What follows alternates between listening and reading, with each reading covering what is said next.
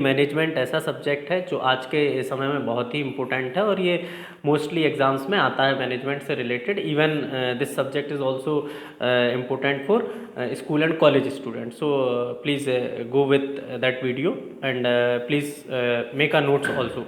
So management की हम बात करेंगे कि मैनेजमेंट होता क्या है। बेसिकली मैनेजमेंट एक प्रोसेस है जिस प्रोसेस के थ्रू हम अपना गोल अचीव करते हैं। उस प्रोसेस में हम planning, organising, directing and controlling को ग्रुप या इंडिविजुअली एफर्ट के साथ अप्लाई करते हैं। एक प्रॉपर प्रोसेस होना चाहिए, एक प्रॉपर ऑर्गेनाइजिंग वे में होना चाहिए और उसको हम डायरेक्ट करें और कंट्रोल करें कंट्रोलिंग वे में, एक एफर्ट के साथ अपने गोल को अचीव करें, दैट इज़ मैनेजमेंट। किस तरीके से जो ऑफिसेस होते हैं, बड़े बड़े डिपार्टमेंट्स होते हैं, तो उन सभी में मैनेजर का काम क्या होता है? उसका काम मैनेज करना होता है, एक प्लान बनाना होता है, एक ऑर्गेनाइज स्ट्रक्चर बनाना होता है जिसमें अलग अलग लेवल के डिपार्टमेंट्स होते हैं, upper level, lower level, higher level, और फिर जो डायरेक्टर, सीईओ, इनके काम होते हैं डायरेक्ट करना और कंट्रोल करना। तो ये सब चीज़ें हम आगे देखेंगे मैनेजमेंट में। मैनेजमेंट के फंक्शन क्या है? मैनेजमेंट के बेसिकली 4 फंक्शन बताए गए हैं: planning, organising, leading and controlling. Planning में क्या आता है? हम जो भी हमारा ऑब्जेक्टिव है, जो भी गोल है या जो भी स्ट्रेटजी है यूज़ कर रहा है अपने गोल को अचीव करने के लिए, दैट इज़ प्लानिंग। हम जैसे कि यदि आप पढ़ते हो तो उसके लिए एक प्लान बनाते हो कि हमें इतने घंटे पढ़ना है, ये करना है, उसके बाद फिर ये सब्जेक्ट पढ़ना है, इस तारीख तक ये करना है। तो एक स्ट्रेटजी बनाना, एक ऑब्जेक्टिव होना और एक गोल होना, दैट इज़ प्लानिंग। इसके बाद ऑर्गेनाइजिंग में हमारे पास जो भी रिसोर्सेज अवेलेबल हैं उन सब रिसोर्सेज को एक ऑर्गेनाइज वे में यूज़ करना ताकि उनका एफिशिएंटली यूज़ हो सके। फिर इसके बाद हम बात करेंगे लीडिंग की।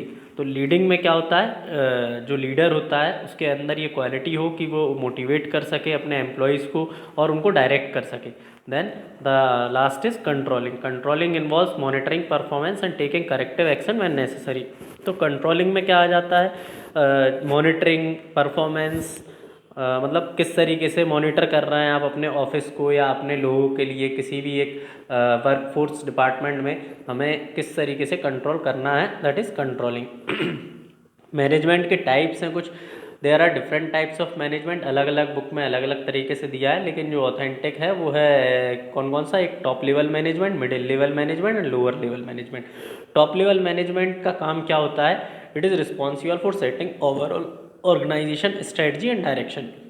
जो पूरा मैनेजमेंट का ओवरऑल जिम्मा है, जो पूरी रिस्पॉन्सिबिलिटी है, वो किसके पास होती है? टॉप लेवल मैनेजमेंट के, जिसमें आपके डायरेक्टर आ जाते हैं और सीईओ आ जाते हैं, है ना, चीफ आ जाते हैं। ये सब टॉप लेवल मैनेजमेंट में होते हैं। मिडिल लेवल मैनेजमेंट का काम क्या है? ये जो भी स्ट्रेटजीज टॉप लेवल मैनेजमेंट में बन रही हैं उन सबको प्रॉपर वे में इम्प्लीमेंट करवाना, ये मिडिल लेवल का काम होता है, मिडिल लेवल मैनेजमेंट का। अब हम बात करेंगे लोअर लेवल मैनेजमेंट की।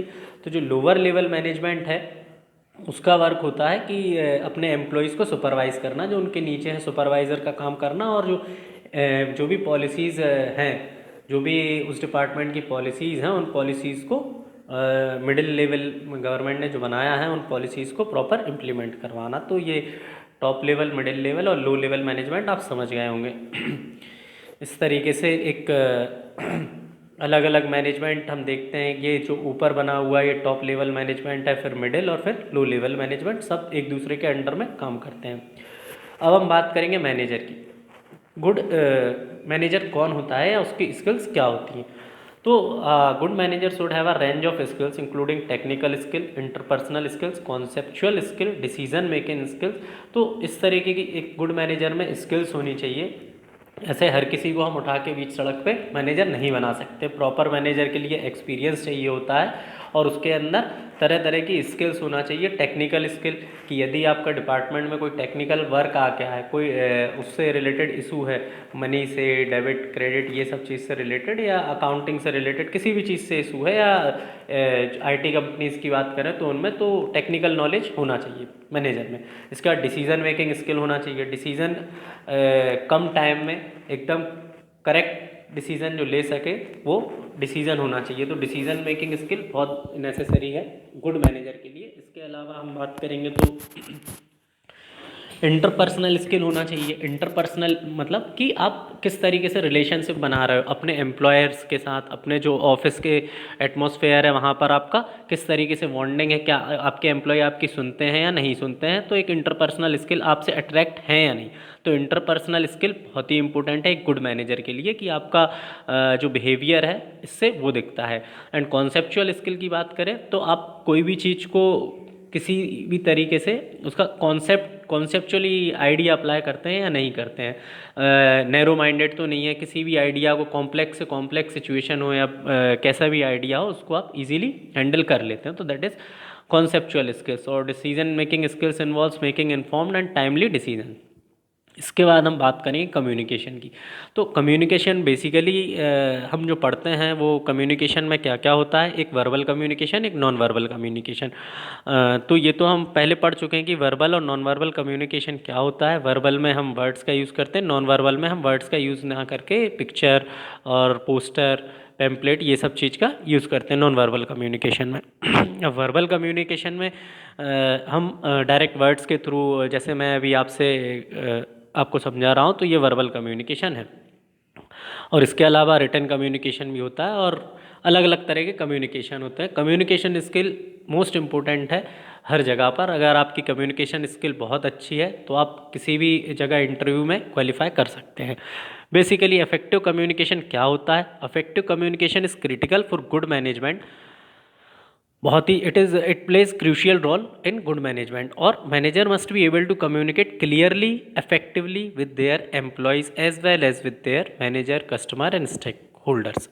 तो मैनेजर को चाहिए कि उसकी कम्युनिकेशन बहुत ही इफेक्टिव हो, वो लोगों को अट्रैक्ट करे उसके कम्युनिकेशन से। जो भी वो यदि प्रेजेंटेशन दे रहा है किसी भी टॉपिक पर या किसी भी चीज़ को समझा रहा है अपने डिपार्टमेंट में, तो वो इजीली समझ सके, कोई कम्युनिकेशन बैरियर उनके बीच में ना आए, उसकी वॉइस क्लियर हो, उसकी लैंग्वेज क्लियर हो, और उसको सबसे इंपॉर्टेंट नॉलेज हो। आपका कम्युनिकेशन स्किल बेटर तभी होता है जब आपके पास नॉलेज हो। अगर आपके पास नॉलेज ही नहीं होगा तो आप ना रीजनिंग और ना कॉन्सेप्चुअल वाली बात करेंगे। तो इफेक्टिव कम्युनिकेशन में इम्पोर्टेंट ये है कि आपको नॉलेज हो, क्लियरली आपका मैसेज पहुँचे अपने एम्प्लॉयज़ तक और अपने कस्टमर, मैनेजर, स्टेक होल्डर्स तक। Next, leadership style. Leadership style क्या होती है? लीडरशिप स्टाइल के लिए अलग अलग क्वालिटीज़ होनी चाहिए एक लीडर के अंदर। There are 3 different leadership styles including autocratic, democratic and laissez-faire. Autocratic में क्या होता है और डेमोक्रेटिक और लेसेस फायर में क्या होता है, इनको हम थोड़ा थोड़ा देखेंगे। ऑटोक्रेटिक, जैसे कि हम ऑटोक्रेटिक गवर्नमेंट के बारे में पढ़ते हैं, कहीं कहीं पर ऑटोक्रेटिक गवर्नमेंट होती है। ऑटोक्रेटिक लीडर का मतलब होता है कि उसको किसी की राय की ज़रूरत नहीं होती है, वो डिसीज़न खुद ब खुद लेता है, ठीक है। They are taking decision with their own self. इसके बाद डेमोक्रेटिक लीडर्स क्या होते हैं? डेमोक्रेटिक लीडर्स वो होते हैं जो सबकी राय सुन के और उसके बाद एक कंक्लूजन निकाल के किसी भी टॉपिक पर डिसीजन लेते हैं या उस तरीके से लीडरशिप करते हैं। तो दैट इज़ डेमोक्रेटिक लीडर। जिस तरीके से हमारा इंडिया में क्या है, डेमोक्रेटिक गवर्नमेंट है, जहाँ जनता के द्वारा चुना गया नेता होता है जो जनता पर रूल करता है। तो ये डेमोक्रेटिक लीडर्स की क्वालिटी है कि वो it involves other in the decision making process. इसके बाद the last, laissez faire leaders. Laissez faire leaders provide little guidance और direction and leave employees to work independently. वो इतना ज़्यादा ऑटोक्रेट और डेमोक्रेटिक टाइप का नहीं है, बट वो थोड़ा बहुत गाइडेंस और डायरेक्शन प्रोवाइड करता है अपने एम्प्लॉयज़ को और उनको फ्रीली छोड़ देता है कि आप खुद से डिसीजन लीजिए। तो ये लेसेस फेयर लीडर्स के बारे में है। इसके बाद मोटिवेशन की बात करेंगे। Motivation employees is a motivating employee is a key part of effective management. Effective management में मोटिवेशन बहुत ज़रूरी है। There are different theories of motivation including Maslow's hierarchy of needs, Herzberg's 2 factor theory and expectancy theory. और भी कई सारी motivation की अलग अलग थ्योरी दी गई हैं कई फिलोसफर और सोशोलॉजिस्ट के द्वारा। तो जो हम मोटिवेशन की बात करेंगे, these theory suggest that employees are motivated by a variety of factors including recognition, achievement, job security and a sense of belonging. जब आपके अंडर में कोई वर्क कर रहा है, यदि उसको टाइम टू टाइम आप मोटिवेशन नहीं देंगे तो एक टाइम ऐसा आता है कि उसको नर्वसनेस फील होने लगेगा या फिर वो आपकी कंपनी छोड़ने के लिए रेडी हो जाएगा। तो हमको मोटिवेशन में चाहिए कि आप उसकी अचीवमेंट्स को रिकॉग्नाइज करें, है ना, उसको क्रिटिसाइज ना करके उसको एंकरेज करें अपने एम्प्लॉय को। तो दैट इज़ मोटिवेशन। हमेशा मोटिवेशन बहुत इंपॉर्टेंट रोल प्ले करता है किसी भी डिपार्टमेंट में। इसके बाद कॉन्फ्लिक्ट रिजोल्यूशन क्या होता है, तो ये जो हेडिंग है, यदि आप इन हेडिंग को भी पढ़ लेते हैं तो भी मोस्ट इम्पोर्टेंट है कि एक फंक्शंस मैनेजमेंट के क्या होते हैं, मैनेजमेंट में क्या क्या चीज़ें इम्पोर्टेंट हैं, जैसे कम्युनिकेशन इम्पोर्टेंट है और लीडरशिप इम्पोर्टेंट है, मोटिवेशन इम्पोर्टेंट है, परफॉर्मेंस मैनेजमेंट इम्पोर्टेंट है। तो हम आगे कॉन्फ्लिक्ट रिजोल्यूशन की बात करें।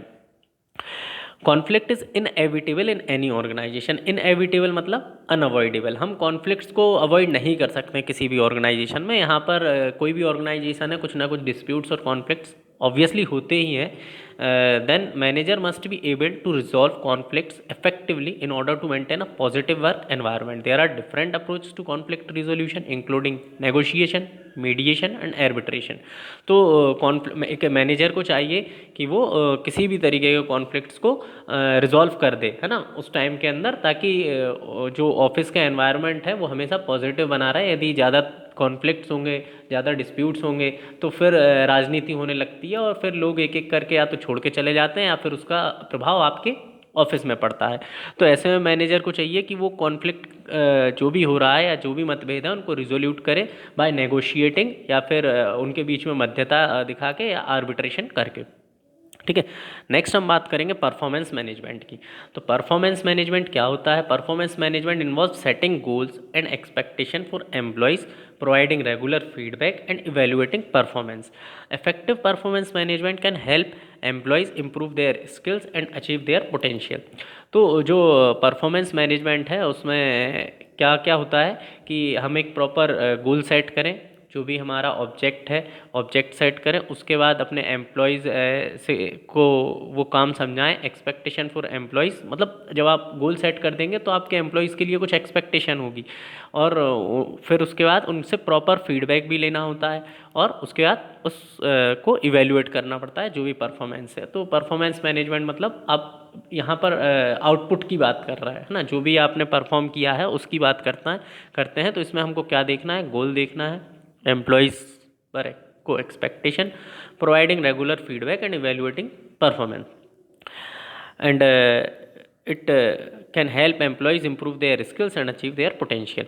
नाउ हम बात करें कंटिन्यूस इम्प्रूवमेंट की। कंटिन्यूस इम्प्रूवमेंट भी ज़रूरी है। अगर आपका प्रोडक्ट प्रॉपर कंटिन्यूस इम्प्रूव नहीं कर रहे हैं आप, तो कहीं ना कहीं कोई दूसरा आप उस मार्केट को डोमिनेट कर लेगा। तो continuous improvement involves constantly seeking ways to improve processes, products and services. तो आपकी जो प्रोसेस है, प्रोडक्ट है, सर्विस है, इनको हमें हमेशा इम्प्रूव करना है। पता चला कि आप ने नोकिया फ़ोन बनाना स्टार्ट किया कीपैड वाला और उसके बाद मार्केट में एंड्रॉयड फ़ोन आ गया है, स्क्रीन टच आ गया है, 4G 5G ये आ गया है, लेकिन आप अभी भी वही चला रहे हैं, तो आपका बिजनेस ठप हो गया ये मान लीजिए। तो हमें क्या करना है कि कंटिन्यूसली इम्प्रूव करना है। जो भी नई टेक्नोलॉजी आ रही है, नई स्किल्स आ रही हैं, उनको अडॉप्ट करना है और उसके तहत हमको अपना इम्प्रूवमेंट करना है कंटिन्यूसली। इसके बाद हम बात करेंगे प्रोसेस की और सर्विसेज की। जो भी हमारी प्रोसेस है, प्रोसेस में क्या होना चाहिए? एफिशिएंटली होनी चाहिए, स्पीडली होना चाहिए, सर्विसेज होनी चाहिए, टाइमली डिलीवर हो आपका प्रोडक्ट। ऐसा ना हो कि भाई हम आज किसी दूसरी कंपनी से ऑर्डर किया है तो वो 2 दिन में सप्लाई कर रहा है और आप कर रहे हो 1 हफ्ते में, तो that is not good for your office environment. So you need to improve services also. It requires willingness to adapt and change in response to changing circumstances. परिवर्तन प्रकृति का नियम है, तो आपको समझना होगा कि जो भी परिवर्तन हो रहा है, जो भी हम प्रोडक्ट मार्केट में आ रहे हैं, तो हमेशा उसको इम्प्रूव करते रहें, नई टेक्नोलॉजी उसमें अडॉप्ट करते रहें। तो ये बहुत इम्पोर्टेंट है। ये लॉन्ग टर्म सक्सेस के लिए कंटिन्यूस इम्प्रूवमेंट बहुत ज़रूरी है एंड आपको कॉम्पिटिटिव रहने के लिए भी continuous improvement can help organisations stay competitive and achieve long term success. Okay, तो नाउ अब हम बात करेंगे प्रिंसिपल्स ऑफ मैनेजमेंट की। ये सेकेंड टॉपिक है मैनेजमेंट का। अभी हमने मैनेजमेंट में समझा, क्या क्या समझा मैनेजमेंट में, कि मैनेजमेंट क्या होता है, मैनेजमेंट के फंक्शन क्या क्या हैं, और मैनेजमेंट कितने टाइप्स में डिवाइड होता है। ठीक है, तो हमने यहाँ पर देखा कि मैनेजमेंट के 4 फंक्शन हैं: प्लानिंग, ऑर्गेनाइजिंग, लीडिंग, कंट्रोलिंग। इसके बाद टाइप्स ऑफ मैनेजमेंट में top level management, middle level management and low level management. Then हमने इसमें पढ़ा कि एक गुड मैनेजर की स्किल्स क्या होती हैं।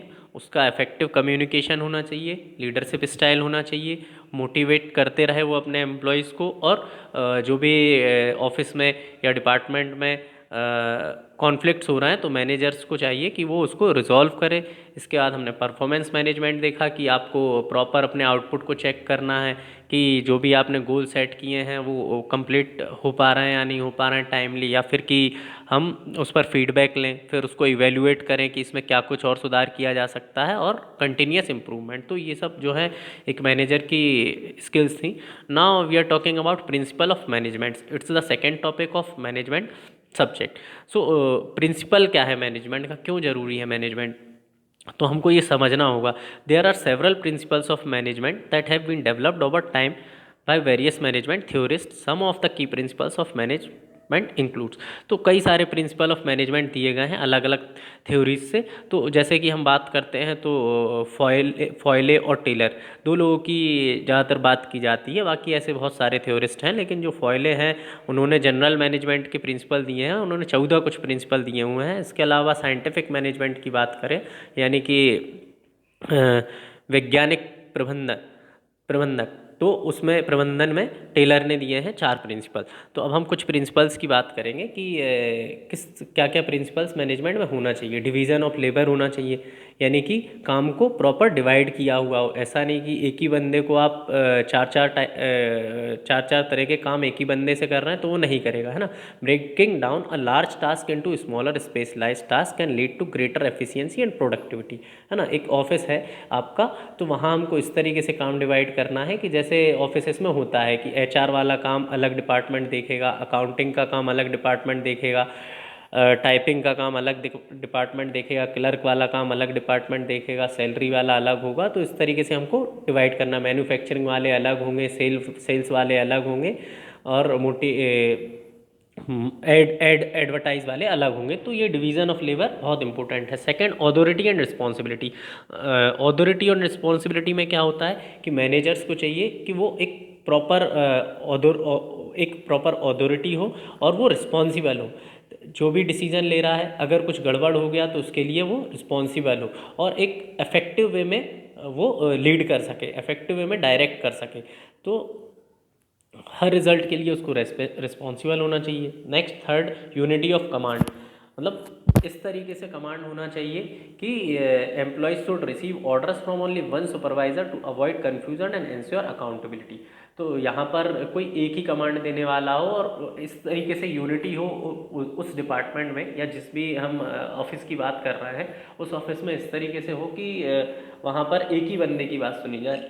ऐसा ना हो कि भाई 3-4 चीफ बना रखे हैं उनके ऑफिस में, और एक अलग डिसीजन दे रहा है, एक अलग डिसीजन दे रहा है, तो ऐसे में क्या कन्फ्यूजन क्रिएट होगा। तो यूनिटी ऑफ कमांड बहुत इंपॉर्टेंट है, हमको ये यूनिटी ऑफ कमांड समझना होगा। इसके अलावा unity of direction, all members of an organization should be working toward the same goal and objectives. तो यूनिटी डायरेक्शन में और कमांड दोनों में होना चाहिए। अगर एक कमांड पास हुई है तो सब लोगों को उसको मानना चाहिए एक साथ, चाहे वो कैसी भी कमांड हो।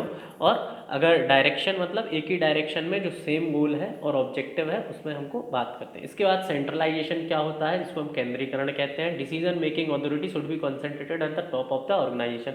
सेंट्रलाइजेशन मतलब कि जो भी डिसीजन लेगा वो टॉप लेवल डिपार्टमेंट लेगा, या जो टॉप में है वो लेगा, इसको बोलते हैं हम सेंट्रलाइजेशन। अगर उसने बोल दिया है कि सारे एप्पल के फ़ोन में 20% डिस्काउंट देना है, तो वो बात सबको मान्य होगी, या सबको ऑफिस नेक्स्ट वीक में 3 दिन घर से करना है वर्क फ्रॉम होम, और 3 दिन ऑफिस में आना है। तो ये एक डिसीजन क्या हो गया, decision making authority should be concentrated at top of the organisation. ना what is scalar chain. Scalar chain क्या होती है, there should be a clear and unbroken chain of command from the top of the organisation and to the bottom. तो scalar chain में हम देखेंगे कि एक क्लियर चेन होना चाहिए, अनब्रोकन, है ना। मतलब बीच में मतलब टॉप ऑफ द ऑर्गेनाइजेशन से बॉटम तक एक हायरार्की बनी हो, ऐसा ना हो कि बीच में कहीं लूप आ जाए या लूप होल आ जाए, ठीक है।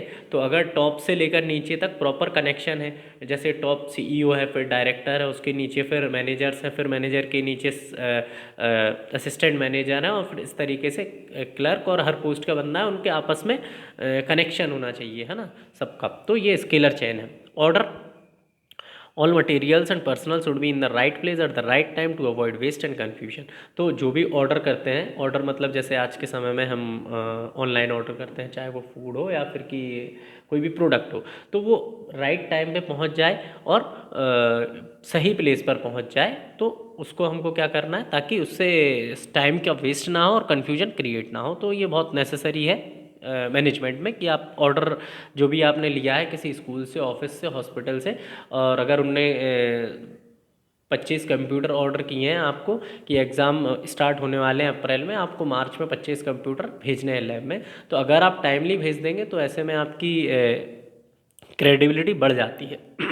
तो ये बहुत ज़रूरी। इसके बाद इक्विटी की बात करें। इक्विटी मतलब employees should be treated Fairlie and equitably without discrimination. Equality होनी चाहिए, कोई डिस्क्रिमिनेशन नहीं होना चाहिए किसी भी ऑफिस में, चाहे मेल हो, फीमेल हो, या किसी भी रिलीजन, कास्ट, सेक्स से रिलेटेड हो, तो हमको वहाँ पर इक्वलिटी होनी चाहिए।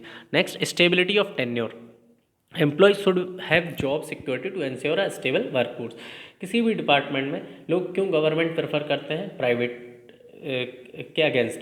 गवर्नमेंट इसीलिए प्रेफर करते हैं क्योंकि वहाँ पर क्या है, स्टेबिलिटी है टेन्योर की, कि आपको 20 से 25 साल सर्विस देना है, आपकी गारंटी एक तरह से होती है कि आपको रिटायरमेंट एक पर्टिकुलर एज पे मिलेगा या इतने साल बाद मिलेगा, है ना। बट कई डिपार्टमेंट ऐसे होते हैं प्राइवेट में जिस तरीके का कि वहाँ पर जॉब सिक्योरिटी नहीं होती है। अगर आपने काम नहीं अच्छा किया तो आपको 3 साल 4 साल में निकाल देते हैं। तो हमको ये भी चेक करना है कि बराबर स्टेबिलिटी हो।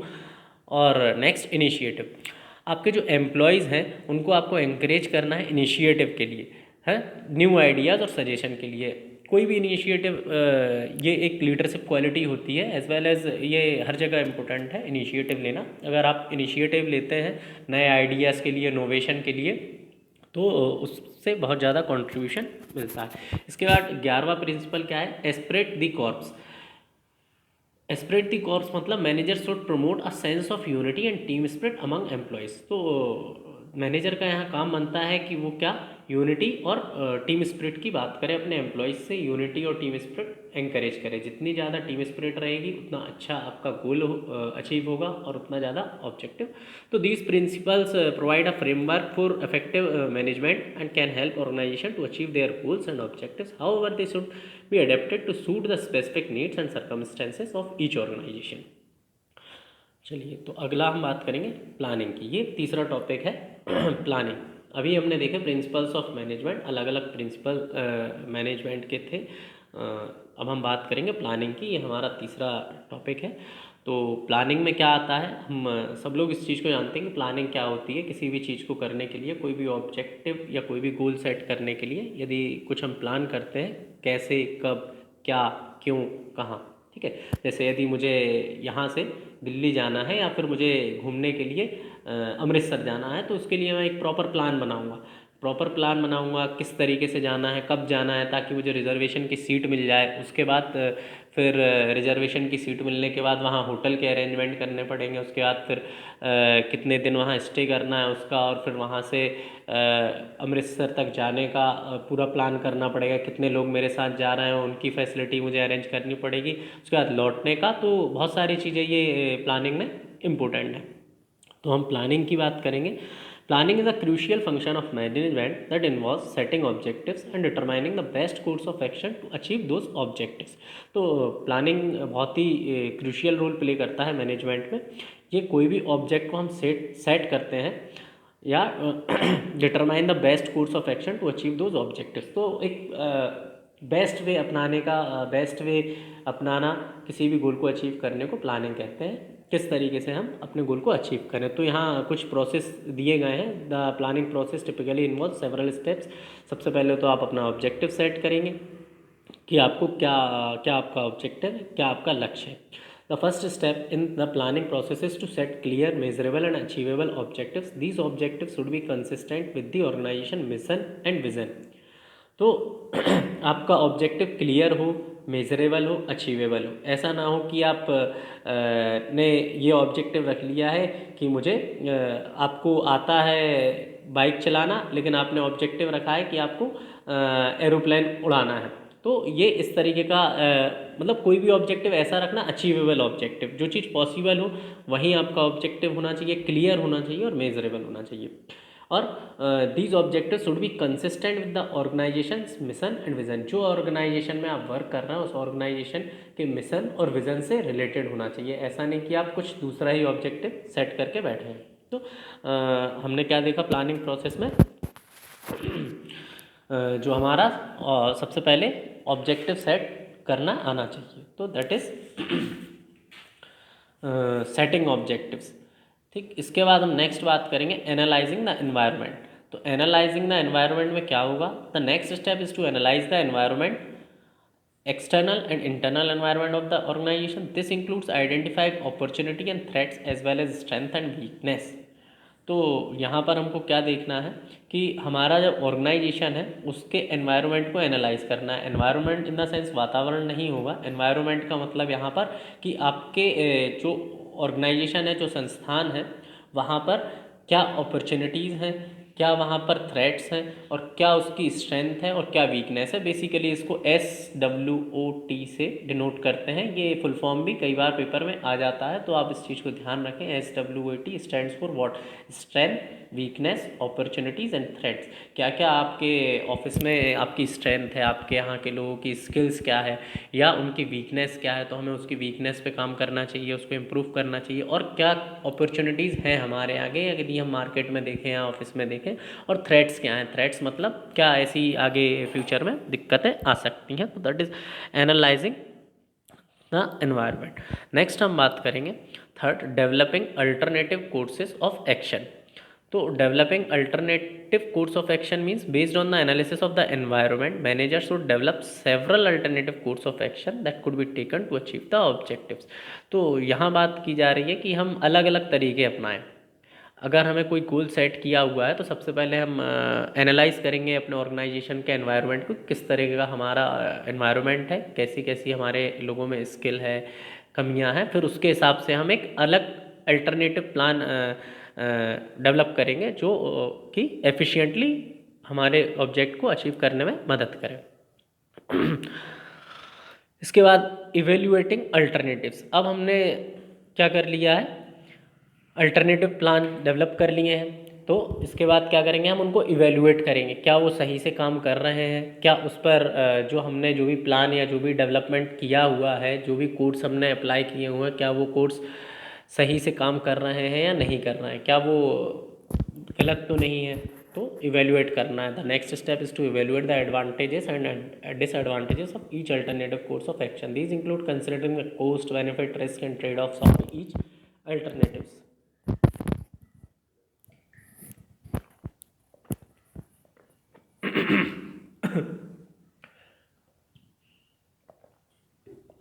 सॉरी।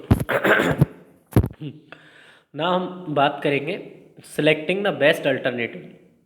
अब इसके बाद हमको बेस्ट अल्टरनेटिव सेलेक्ट करना है। जब हमने अलग अलग तरीके के प्लान अप्लाई कर दिए हैं, तो अब जब हमने अलग अलग तरह के प्लान अप्लाई कर दिए उसके बाद हम उसमें से बेस्ट अल्टरनेटिव चूज करेंगे। After evaluating the alternative, manager should select the best course of action that will most effectively achieves the objectives. तो क्या होता है, जब हम कोई भी प्लान बनाते हैं या कोई गोल सेट करते हैं, तो हम 3-4 प्रकार के प्लान बना के रखते हैं। उन 3-4 प्लान में से कई बार ऐसा होता है कि एक प्लान फेल हो जाता है, फिर दूसरा फेल हो जाता है। तो हिट एंड ट्रायल के मेथड से हम चेक कर सकते हैं, या फिर कि हम एनालाइज करके चेक कर सकते हैं कौन सा प्लान सही काम कर रहा है, कौन सा नहीं। तो उसमें से बेस्ट प्लान चूज़ करके हम अपने ऑब्जेक्टिव को हासिल कर सकते हैं। इसके बाद implementing the plan. Once the plan has been selected, it is time to implement it. This involves allocating resources, assigning responsibilities and taking action. तो जो भी प्लान है उसको हम इम्प्लीमेंट करेंगे, किस तरीके से उसको इम्प्लीमेंट करना है, प्रॉपर रिसोर्सेस अलोकेट करना है, रिस्पॉन्सिबिलिटीज़ देनी है किन किन लोगों को, और कैसे एक्शन परफॉर्म करना है। Now the last is monitoring and evaluating the plan, that means feedback. अब हमको लास्ट में मॉनिटरिंग और इवेल्युएटिंग हमेशा करते रहना है। Finally manager should monitor the implementation of the plan and evaluate its effectiveness. कि कितना इफेक्टिव आपका प्लान है। This includes collecting data, analyzing results and making adjustment as needed. तो उसमें हमको डाटा कलेक्ट करना है, फॉलोअप लेना है कि किस तरीके से हमारा प्लान है। तो इसकी समरी अगर देखें तो effective planning is critical to the success of an organisation. It helps to ensure that resources are used efficiently, goals are achieved and risks are minimized. However, it is important to recognize that planning is an ongoing process that requires continuous monitoring and adjustment to changing circumstances. तो effective planning एक organisation की success में बहुत ज़्यादा importance है। हमको planning में क्या क्या देखना है, हमें प्लानिंग में देखना है कि किस तरीके से प्लान करना है, फिर हमारे एनवायरनमेंट, ऑफिस के एनवायरनमेंट को एनालाइज करना है, उसकी वीकनेस स्ट्रेंथ पता करना है, थ्रेट्स पता करना है, फिर उसके बाद अलग अलग प्लान तैयार करना है और उन प्लान को एवेल्युएट करना है कि वो सही है या नहीं है। और फिर जब प्लान इवेल्युएट कर जाएं तो उसमें से हमको एक प्लान को चूज़ करना है, right plan. Then after choosing the right plan हम मॉनिटरिंग एंड इवेल्युएटिंग करेंगे और फिर मॉनिटरिंग एंड इवेल्युएटिंग करने के बाद हम जो भी ऑब्जेक्ट हमारा है, जो भी गोल है, उसको हम सक्सेस उसमें पा सकते हैं। तो इसमें बेसिकली क्या क्या इंक्लूड होता है, रिजल्ट, डाटा और जो भी एडजस्टमेंट हमने किया वो सब। तो दैट इज़ प्लानिंग। यहाँ हमारा प्लानिंग चैप्टर कंप्लीट होता है। अब हम बात करेंगे चौथे चैप्टर पे जो है ऑर्गेनाइजेशन। एक ऑर्गेनाइजेशन की बात करेंगे। ऑर्गेनाइजेशन क्या होता है। वैसे मैंने वीडियो थोड़ा लेट अपलोड किया है तो इसके लिए माफ़ी चाहता हूँ, क्योंकि पटवारी के एग्ज़ाम चल रहे हैं अभी मध्य प्रदेश में। तो एमपी पटवारी के एग्ज़ाम में कई लोगों के लिए मैनेजमेंट में प्रॉब्लम हो रही है, पर लोग बाग बहुत डीप में पढ़ रहे हैं क्योंकि लोगों ने बहुत बड़े बड़े वीडियो में बहुत ज़्यादा समझा रखा है, जबकि इतना सब कुछ आ नहीं रहा है। जो हमारी बेसिक्स नॉलेज है, जो हम आसपास देखते हैं, उसी से रिलेटेड क्वेश्चंस मैनेजमेंट में पूछे जा रहे हैं। तो हम ऑर्गेनाइजेशन की बात करते हैं इस चैप्टर में।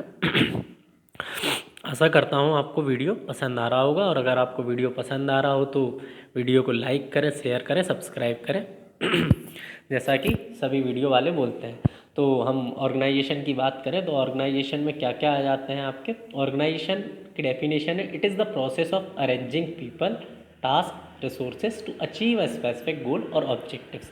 तो हमें ये समझना होगा कि ऑर्गेनाइजेशन क्या है। ऑर्गेनाइजेशन एक इस तरीके का संगठन होता है जिसमें लोगों को अरेंज वे में टास्क दिया जाता है और रिसोर्सेज दिए जाते हैं जिनसे एक गोल अचीव करते हैं वो, या एक ऑब्जेक्टिव अचीव करते हैं। That is organization. अलग अलग ऑर्गेनाइजेशन होते हैं, नॉन गवर्नमेंट ऑर्गेनाइजेशन होते हैं और गवर्नमेंट ऑर्गेनाइजेशन होते हैं और प्राइवेट ऑर्गेनाइजेशन भी होते हैं। तो सबके अलग अलग स्ट्रक्चर होते हैं, सबका अलग अलग टास्क होता है, सबके अलग अलग ऑब्जेक्टिव्स होते हैं। खैर, हमें ऑर्गेनाइजेशन मैनेजमेंट में पढ़ना है क्या होता है। It involve creating a structure and a system of relationship within an organization that enables individuals to work together towards common goal. तो बेसिकली ऑर्गेनाइजेशन मैंने जैसे पहले बताया कि पीपल्स को अरेंज करना, एक प्रॉपर स्ट्रक्चर, एक प्रॉपर प्लान्ड वे के साथ हम अपने गोल को अचीव करें, तो दैट इज़ ऑर्गेनाइजेशन। इसमें क्या क्या कीज़ इंपॉर्टेंट हैं वो देख लेते हैं ऑर्गेनाइजेशन में, क्योंकि आपको जो ऑब्जेक्टिव क्वेश्चन आएंगे या फिर जो भी क्वेश्चन आपकी परीक्षाओं में आएगा तो वो इस तरीके से आएगा कि what type of keys are involved in organization, and write the following ways in organization what type of way are using to organize any organization. So we can talk about organization. The first is identifying task. Firstly, you have to identify what you have to do and what you have to achieve. So that is most important, that identifying task, क्या आपका task है। तो हमको वो जो भी आप गोल, आपका गोल है, जो भी अचीव करना चाहते हैं ऑर्गेनाइजेशन में, तो आपको सबसे पहले टास्क आइडेंटिफाई करना है, उसके बाद ही तो आप ऑर्गेनाइज करेंगे। तो ये बहुत ज़रूरी है। नेक्स्ट हम बात करेंगे ग्रुपिंग टास्क। अब उस टास्क को ग्रुपिंग करना है।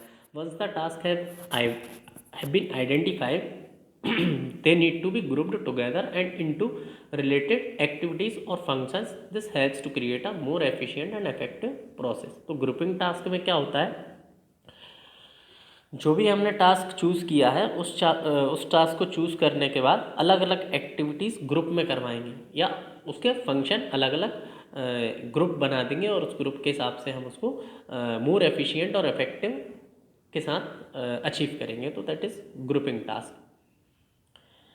इसके बाद हम बात करें क्रिएटिंग स्ट्रक्चर की।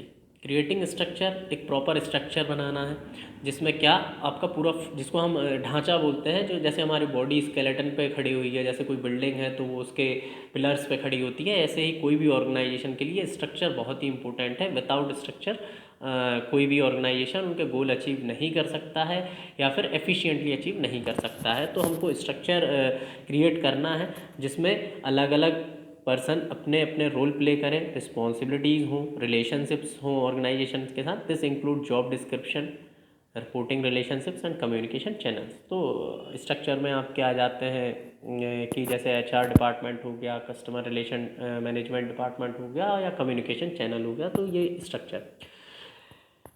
इसके बाद चौथा टॉपिक है अलोकेटिंग रिसोर्सेज। अब जो भी हमने आइडेंटिफाई किया था टास्क, उसका हमने स्ट्रक्चर बना दिया। उसके बाद टास्क को ग्रुपिंग कर दी अलग अलग लोगों में, अलग अलग पीपल्स में। देन अब हमारा काम है कि हम रिसोर्सेज अलोकेट करें। ठीक, एक ऑर्गेनाइजेशन में रिसोर्सेज बहुत ज़रूरी है। विदाउट रिसोर्सेज आप कुछ नहीं कर सकते हैं। आप खाली हाथ कुछ भी प्रोडक्टिव नहीं कर सकते हैं। तो जो भी रिसोर्सेज हैं आपके, once the structure has been created, resources such as people, money, equipment need to be allocated to the various functions and activities within the organization। तो आपको चाहे लोग लगे, मनी लगे, एसेट लगे, इक्विपमेंट्स लगे, ये सारी चीज़ें एलोकेट करनी है अपने ऑर्गेनाइजेशन के लोगों में। Then establishing control system. अब कंट्रोल सिस्टम होना चाहिए। अब आपका एक ऑर्गेनाइजेशन सेटअप हो गया है, उसके बाद आपने टास्क आइडेंटिफाई किया है कि आपको ये वाला टास्क करना है या फिर ये गोल अचीव करना है। नाउ जब आपने गोल अचीव किया, गोल अचीव करने के लिए फिर आपने ग्रुपिंग करना स्टार्ट कर दी टास्क की। देन थर्ड, उसका स्ट्रक्चर बनाया कि एक प्लान्ड वे में हर किसी को रिस्पॉन्सिबिलिटी दी गई। देन उसके बाद रिसोर्सेज अलोकेट किया। अब रिसोर्सेज अलोकेट करने के बाद क्या किया, stabilizing control system. Control system is most important in management. Why? Because control system are put in place to ensure that activities are carried out in accordance with the organization's goals and objectives. This includes monitoring performance, providing feedback and making necessary adjustment. तो control system में basically क्या आता है, हम monitor करते हैं, हम check and balance करते हैं अपने डिपार्टमेंट में, अपने ऑर्गेनाइजेशन में क्या काम सही हो रहा है या नहीं हो रहा है। और अगर काम सही नहीं हो रहा है तो उसका हम डाटा लेंगे और उसको उसके एरर्स को सिंप्लीफाई करेंगे, जो भी प्रॉब्लम है जो भी उसको ठीक करेंगे। तो कंट्रोल सिस्टम बहुत नेसेसरी है। नाउ इसकी हम समरी देखेंगे। तो effective organization can help to ensure that resources are used efficiently, goals are achieved and individuals are working towards a common purpose. However, it is important to recognize that organization is an ongoing process that requires continuous monitoring and adjustment to changing circumstances. तो एक affective organisation क्या होता है, उस affective organisation में proper resources का use करके proper structured way में अलग अलग लोगों को टास्क देकर ग्रुपिंग करके टास्क की किसी पर्टिकुलर ऑब्जेक्ट या गोल को अचीव करना। और साथ ही साथ एक ऑर्गेनाइजेशन का काम क्या है कि वो फीडबैक लेते रहे, मॉनिटर करते रहे चीज़ों को, और जो भी चेंजेस लाने हैं वो चेंजेस टाइम टू टाइम लाते रहे। That is an organization. तो हमने 4-5 टॉपिक ऑर्गेनाइजेशन में देखे। तो आपको ज़्यादा डीप में बस याद नहीं रखना है। तो ऑब्जेक्टिव में आपसे अगर यही पूछ लेंगे कि इनमें से कौन सा ऑर्गेनाइजेशन का फंक्शन है, तो ऑर्गेनाइजेशन के फंक्शन में क्या क्या है, identifying task, grouping task, structure and structure के बाद क्या है allocating resources, establishing control system. तो ये हमारा चौथा टॉपिक कंप्लीट हो गया है। अब हम बात करेंगे स्टाफिंग। स्टाफिंग क्या होता है, ठीक है। तो हम स्टाफिंग की बात करेंगे। नाउ स्टाफिंग में क्या होता है, staffing is the process of recruiting, selecting and training employees for an organization. जो भी आपका स्टाफ होता है, जो भी आपके एम्प्लॉयर्स होते हैं, उनको रिक्रूट करना, सेलेक्ट करना, ट्रेनिंग देना और फिर अपने ऑर्गेनाइजेशन में उनको ज्वाइनिंग देना, ये सब स्टाफिंग की प्रोसेस में आ जाता है। It is an essential function of management that involves identifying the right people for the right job and ensuring that they are well prepared to perform their roles effectively. तो हमको question पूछ लिया जाता है कि स्टाफिंग में क्या process होता है या फिर किस तरीके से कोई ऑर्गेनाइजेशन रिक्रूटमेंट करता है। तो रिक्रूटमेंट के टाइप्स पूछ लिए जाएंगे या फिर रिक्रूटमेंट के तरीके पूछ लिए जाएंगे, किस तरीके से रिक्रूटमेंट की जाती है। तो क्या क्या प्रोसेस है, आपको राइट पीपल आइडेंटिफाई करना है राइट रोल के लिए, and ensure that they are well prepared to perform their roles effectively. तो जब हम राइट पीपल आइडेंटिफाई कैसे करेंगे? जब हमें पता होगा कि हमारा फंक्शन क्या है, हमको हमारे ऑब्जेक्टिव्स क्या हैं, हमारे गोल्स क्या हैं।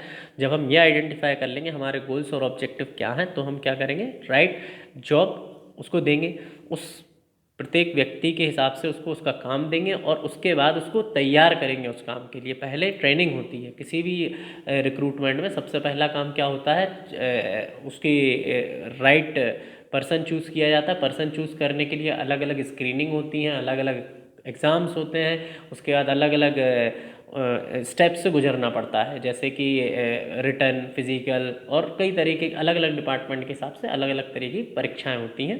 फिर उसके बाद इंटरव्यू होता है और इंटरव्यू में चूज़ किए जाते हैं जो एकदम जो क्लियर, एकदम जो मलाई मलाई होता है वो छांट लिए जाते हैं ऑर्गेनाइजेशन। फिर उनको उनके रोल दिए जाते हैं उनकी एलिजिबिलिटी के हिसाब से। जब रोल मिल जाते हैं उनको एलिजिबिलिटी के हिसाब से, फिर उनको ट्रेनिंग दी जाती है प्रॉपर। उसके बाद फिर स्टाफ एक तैयार होता है ना। इसमें और क्या इसके हिसाब से क्या क्या प्रोसेस इन्वॉल्व है, जैसे जॉब एनालिसिस। तो मैंने जैसा कि आपको सबसे पहले बताया कि हमको जॉब का एनालिसिस करना है कि किस तरीके का काम हमारे पास है, क्या ड्यूटीज़ हैं, क्या रिस्पॉन्सिबिलिटीज़ हैं और उस जॉब के लिए क्या क्वालिफ़िकेशन की ज़रूरत है।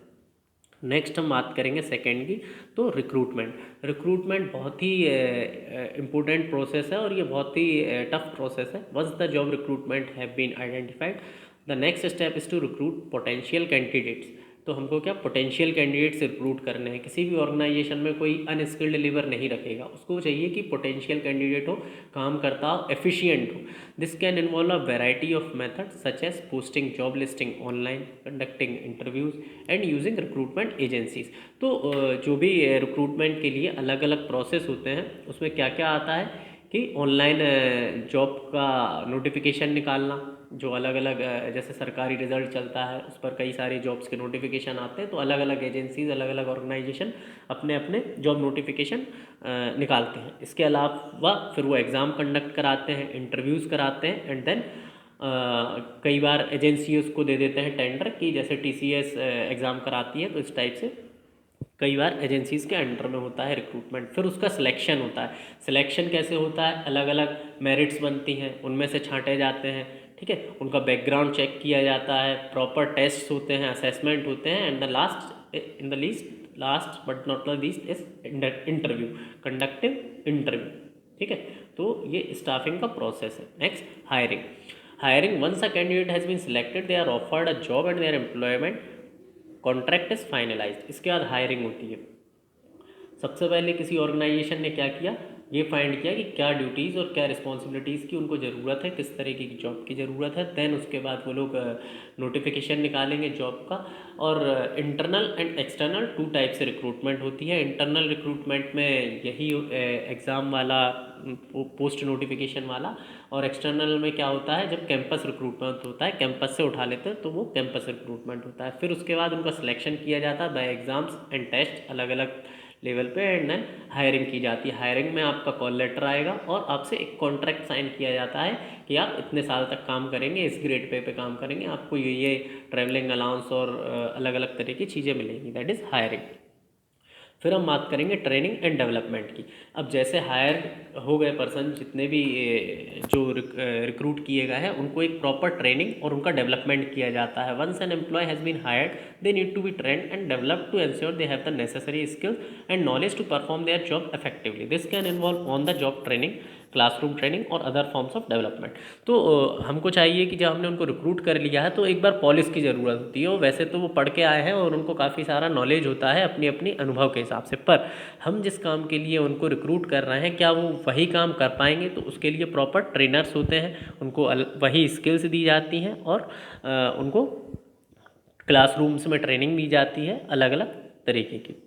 नेक्स्ट हम बात करेंगे परफॉर्मेंस मैनेजमेंट। फिर उसके बाद उनका परफॉर्मेंस देखा जाता है, उसको मैनेज किया जाता है। Once an employee is on the job, their performance needs to be monitored and manage to ensure they are meeting the organization's expectations. This can involve setting performance goals, providing feedback, conducting performance evolution.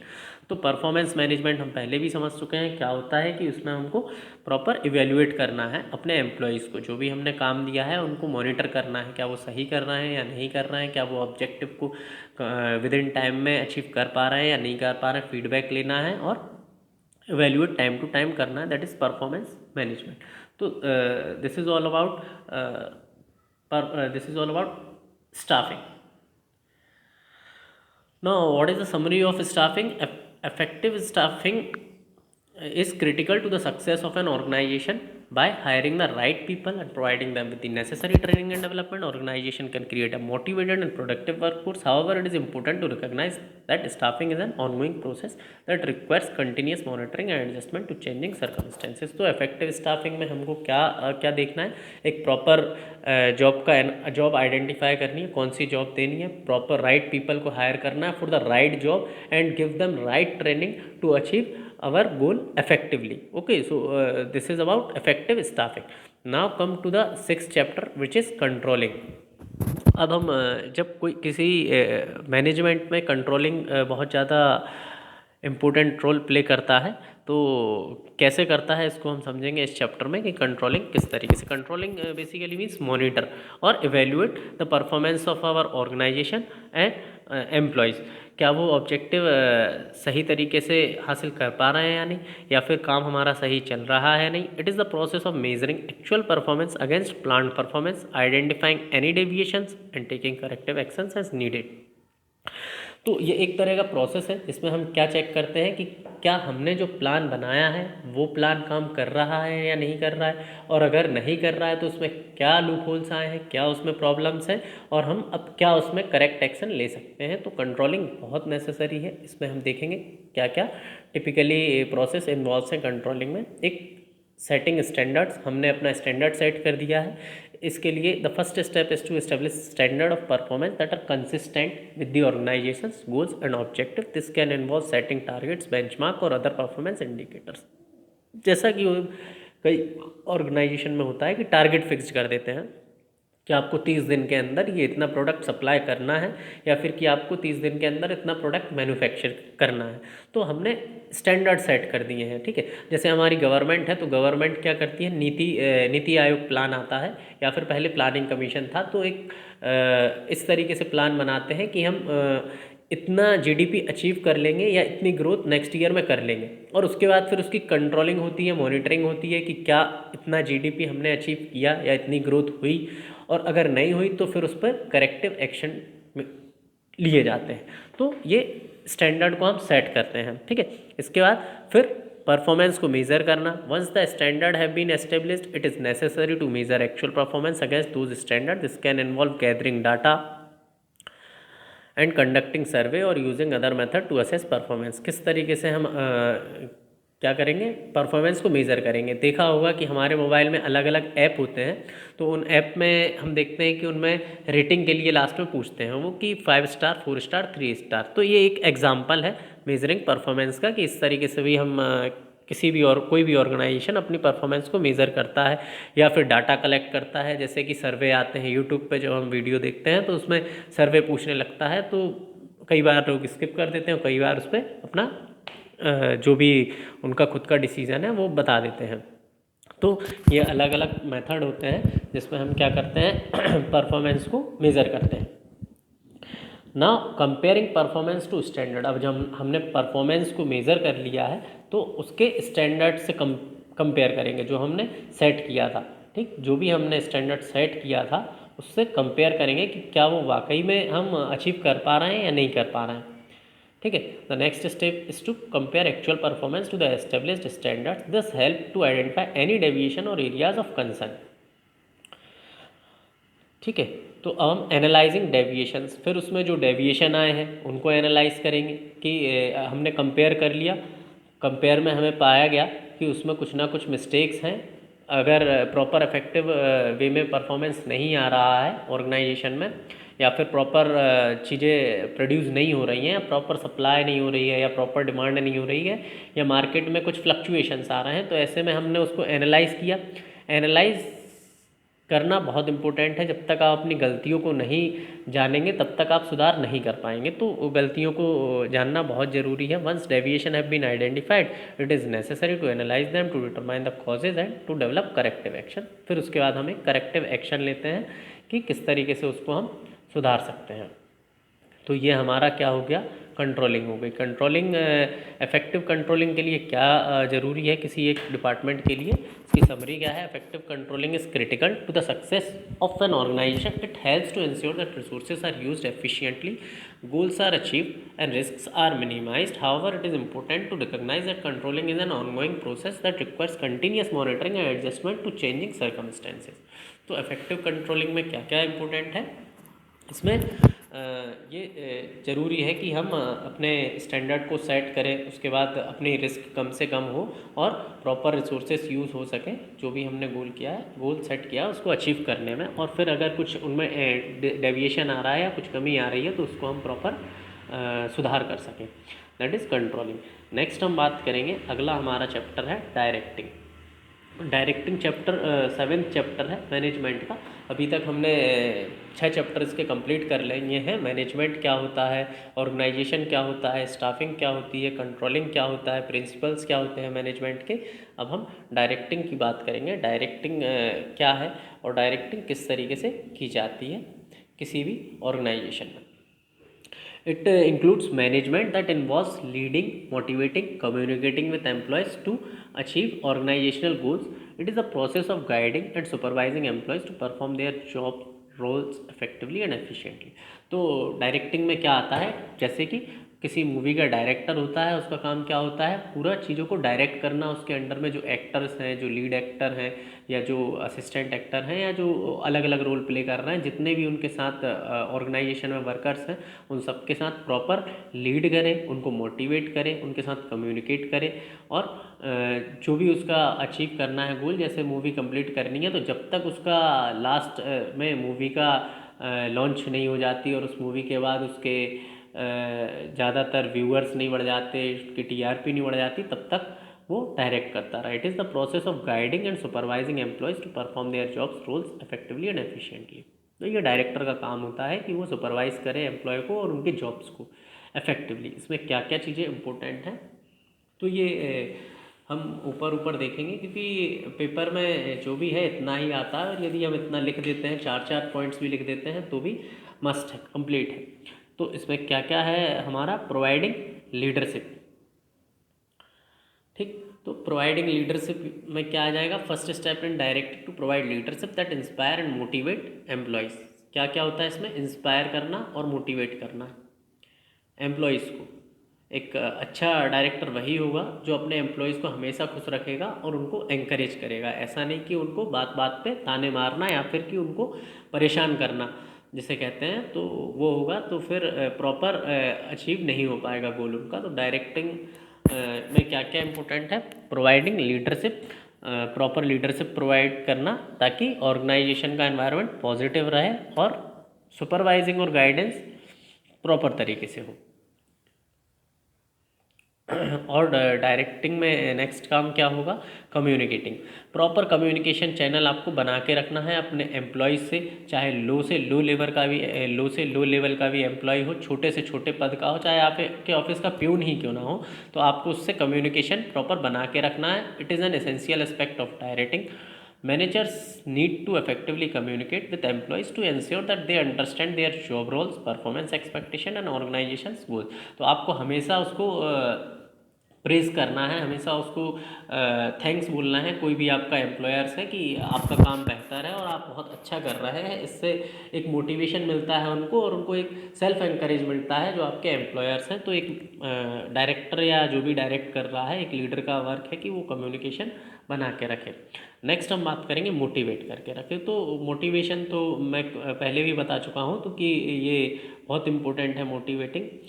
जब तक आप अपने employers और workers को motivate करते रहेंगे तो काम आपका अच्छा चलता रहेगा, पॉजिटिव एनवायरनमेंट रहेगा और परफॉर्मेंस बहुत अच्छा रहेगा। इसमें क्या क्या कर सकते हैं हम, रिकॉग्नाइज़ कर सकते हैं, रिवार्ड दे सकते हैं ना, जैसे कि अलग अलग ऑर्गेनाइजेशन में दिवाली पर गिफ्ट दिए जाते हैं उनके एम्प्लॉयर्स को, होली पर गिफ्ट दिए जाते हैं और उनके हिसाब से बोनस मिलता है। ठीक, बोनस एक तरह का मोटिवेटिंग फैक्टर ही है, इस तरीके से मोटिवेट कर सकते हैं। एंड द सुपरवाइजिंग, सुपरवाइज़ करें प्रॉपर तरीके से। आप जो भी डिसीज़न लें वो आपके कंपनी के हित के लिए हो या आपके ऑर्गेनाइजेशन के फ़ायदे के लिए हो। Managers need to supervise employees to ensure that they are performing their job roles effectively and efficiently. This can involve monitoring performance, providing feedback and addressing any issues और concerns that arise. Next, resolving conflicts. तो जो conflicts जो भी arise हो रहे हैं उन conflicts को रिजॉल्व करना, उनको रिकॉग्नाइज करना, उनके क्या कारण है, क्यों आ रहे हैं, ताकि नेगेटिव एनवायरनमेंट आपके ऑफिस का ना रहे। तो जो भी डायरेक्टर है या जो भी डायरेक्ट कर रहा है किसी ऑफिस को, उसका सीईओ हो सकता है, चीफ हो सकता है और प्रेसिडेंट हो सकता है, कोई भी हो सकता है अलग अलग ऑर्गेनाइजेशन का। तो उसको चाहिए कि उसके कॉन्फ्लिक्ट्स रिजॉल्व हो। जैसे कि यदि हम एक पॉलिटिकल पार्टी की बात करें, XYZ कोई पॉलिटिकल पार्टी है, इंडिया में काफ़ी सारी मल्टीपल पॉलिटिकल पार्टीज़ हैं, कांग्रेस, बीजेपी। तो जो लीडर है, जो डायरेक्टर है, उसको चाहिए कि उसकी पार्टी में तो कोई डिस्प्यूट नहीं हो रहा है। अगर कोई डिस्प्यूट है तो he has to negotiate, and also he can become mediator between two peoples or two organization or two group. So it is most important to produce good products and achieve your goals positively. So this is all about the effective directing. It includes providing leadership, communicating effectively, motivating employees and supervising performance. Manager can create a motivated and productive workforce. So it is important to recognize directing is an ongoing process that requires continuous monitoring and adjustment to changing circle. ये भी एक continuous process है। इसको आपको objective में पूछ लिया जाएगा कि क्या ये ऑनगोइंग प्रोसेस है या नहीं है। तो जो है ये जो डायरेक्टिंग है, it is also ongoing process. Controlling and monitoring is also an ongoing process. Next हम बात करेंगे जो हमारा 8वां चैप्टर है, दैट इज़ बिजनेस एनवायरनमेंट। अब हम बिजनेस की ओर बात करते हैं। बिजनेस एनवायरनमेंट क्या होता है? There is a two types of factor in business environment, external and internal factor that affect the operations of a business. It is the context in which a business operates, and it includes a range of factors that can influence the success or failure of the business. सो यहाँ पर दो तरह के factor होते हैं, internal and external factors, जो affect करते हैं हमारे बिजनेस को। तो हम इसमें सबसे पहले एक्सटर्नल फैक्टर की बात करेंगे। एक्सटर्नल फैक्टर जो बिजनेस एनवायरनमेंट को अफेक्ट करते हैं वो क्या क्या होते हैं? एक तो इकोनॉमिक कंडीशंस होती है, ठीक, जो भी आपके बिजनेस की इकोनॉमिक जो भी इन्वेस्टमेंट है, कैपिटल है, सच इंटरेस्ट रेट्स हैं, इन्फ्लेशन है, इकोनॉमिक ग्रोथ है, ये सब इसमें इकोनॉमी से रिलेटेड सारे आपके टॉपिक इसमें आ जाएंगे बिजनेस एनवायरनमेंट में, ठीक है। तो एक्सटर्नल फैक्टर्स में क्या क्या है? इंटरेस्ट रेट्स, इकोनॉमिक ग्रोथ और इन्फ्लेशन। जो भी इकोनॉमी से रिलेटेड टॉपिक्स हैं, कई सारी चीज़ें होती हैं, सिर्फ इतनी ही नहीं होती हैं। जैसे कि भाई हमने कितना इन्वेस्टमेंट किया, कितना कैपिटल जनरेट हो रहा है, कितना सेल्स टैक्स आ रहा है, ये सारी चीज़ों से रिलेटेड इकोनॉमिक कंडीशंस में आ जाती है। ये एक्सटर्नल फैक्टर्स हैं किसी भी बिजनेस एनवायरनमेंट के। देन हम बात करेंगे कि political and legal environment. Political और लीगल एनवायरनमेंट में क्या क्या आ जाएगा कि आपके ऑर्गेनाइजेशन का या किसी भी डिपार्टमेंट का किस तरीके का पॉलिटिकल एनवायरनमेंट है। वहाँ ज़्यादा पॉलिटिक्स तो नहीं होती है, वहाँ का एनवायरनमेंट ज़्यादा नेगेटिव तो नहीं है, प्रॉपर लॉज फॉलो हो रहे हैं या नहीं, regulation, rules and regulation, taxation and policies, trade agreement and government policies, these are political and legal environment. Legal in the sense कि आपकी जो ऑर्गेनाइजेशन है वो लीगली ऑथोराइज्ड हो, सारे रूल्स एंड लॉ फॉलो करता हो according to the Indian constitution और इंडियन कंपनीज एक्ट। इसके बाद उसकी जो टैक्सेशन पॉलिसीज़ क्या हैं, क्या वो गवर्नमेंट के हिसाब से हैं या आपके अलग से आपने कुछ टैक्सेशन पॉलिसीज़ बना रखी हैं, ट्रेड एग्रीमेंट्स कैसे हैं, इंटरनेशनल ट्रेड एग्रीमेंट हैं या नहीं है। तो ये सब पॉलिटिकल एंड लीगल एनवायरनमेंट में आता है। इसके अलावा टेक्नोलॉजिकल एनवायरनमेंट की बात करें, टेक्नोलॉजिकली एनवायरनमेंट में क्या है? जो भी an advancement in technology can create new opportunities for businesses, but they can also pose challenges for business that are not able to keep up with the pace of technological change. तो technological environment में हम जो भी नई opportunities हैं, क्या उन पर काम कर रहे हैं या नहीं कर रहे हैं, जो भी चैलेंजेस फेस हो रहे हैं टेक्निकल्स में, उनको हम इम्प्रूव कर रहे हैं या नहीं कर रहे हैं, तो that is technological environment. Technological environment में किस चीज़ की बात करेंगे हम? जो भी न्यू टेक्नोलॉजी आ रही है, जो भी इनोवेटिव आइडियाज़ हैं, उनको हमको इम्प्लीमेंट करना है और नई नई चीज़ों को इम्प्रूवमेंट करके उसको अपडेट करना है हमारे प्रोडक्ट को, that is technological environment. And social and cultural environment में क्या क्या आ जाएगा? The social and cultural environment can affect consumers behaviour, attitude toward product and services and the expectations that customers have of business. तो social और cultural environment भी एक तरह का एक्सटर्नल फैक्टर है कि एक्सटर्नल मतलब बाहरी फैक्टर, जिसके तहत हम देखेंगे कि हमारे जो कस्टमर्स हैं उनका बिहेवियर कैसा है हमारे प्रोडक्ट के लिए, उनका एटीट्यूड कैसा है अपनी सर्विसेज और प्रोडक्ट को लेके, क्या उनका पॉजिटिव एटीट्यूड है। ऐसा तो नहीं है कि हम प्रोडक्ट जो भी पहुंचाते हैं वो टाइमली उन तक पहुंच पाता है या नहीं, या फिर वो गलत डेट का प्रोडक्ट उनके पास पहुंचता है। हम चाहते हैं कि फ्रेश माल पहुंचे लेकिन फ्रेश ना पहुंच के पुराना माल उनके पास पहुंचता है। तो ये सब हमको सोशल एंड कल्चरल, ये चार जो फैक्टर हैं ये बहुत इंपॉर्टेंट है। 4-5 फैक्टर एक्सटर्नल फैक्टर जो कि हैं वो हमको याद रखने हैं। ठीक है, क्वेश्चंस बनते हैं इनसे अलग अलग एग्जाम्स में कि social and cultural environment is the external factor और इंटरनल फैक्टर। तो ये चारों क्या है? एक्सटर्नल फैक्टर है किसी भी। अब इंटरनल फैक्टर में क्या आ जाता है? इंटरनल फैक्टर में आपके ऑर्गेनाइजेशन के अंदर की चीज़ें आ जाती हैं, जैसे organisation culture, resources, leadership management, operations. ये सारी चीज़ें किस में आ जाती हैं? इंटरनल फैक्टर में।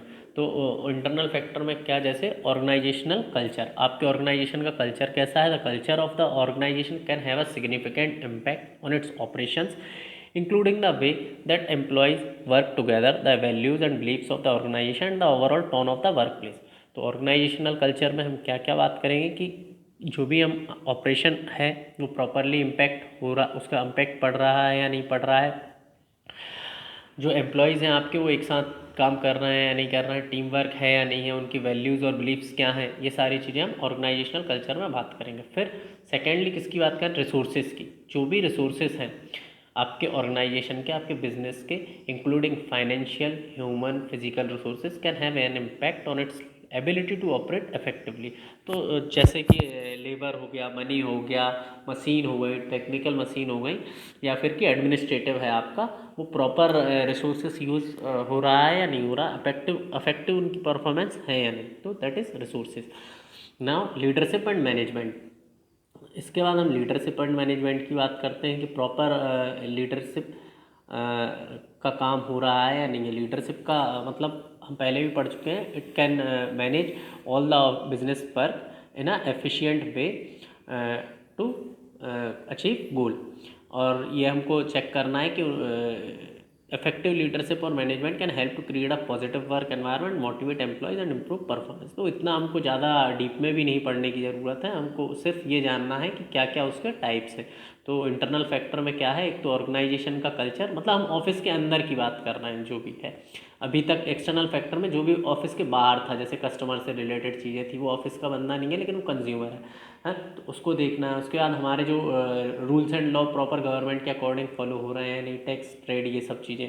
फिर हम टेक्निकल स्किल की बात कर रहे हैं कि जो भी आसपास सराउंडिंग में या जो भी अलग अलग ईयर के हिसाब से नेक्स्ट जनरेशन को ज़रूरत है उसके हिसाब से अपने प्रोडक्ट को इम्प्रूव कर रहे हैं या नहीं। सोशल और कल्चरल एनवायरनमेंट। इंटरनल फैक्टर में हमने बात करी ऑर्गेनाइजेशन की, लीडर्स की और रिसोर्सेज की, जो हमारे ऑर्गेनाइजेशन के इंटरनली पार्ट हैं उनकी बात करी। और ऑपरेशन की, ऑपरेशन में क्या होता है कि क्या वो पर्टिकुलरली ऑपरेशनल वर्क चीज़ें हो रही हैं या नहीं हो रही। The operational process of a business can have a significant impact on its efficiency and effectiveness.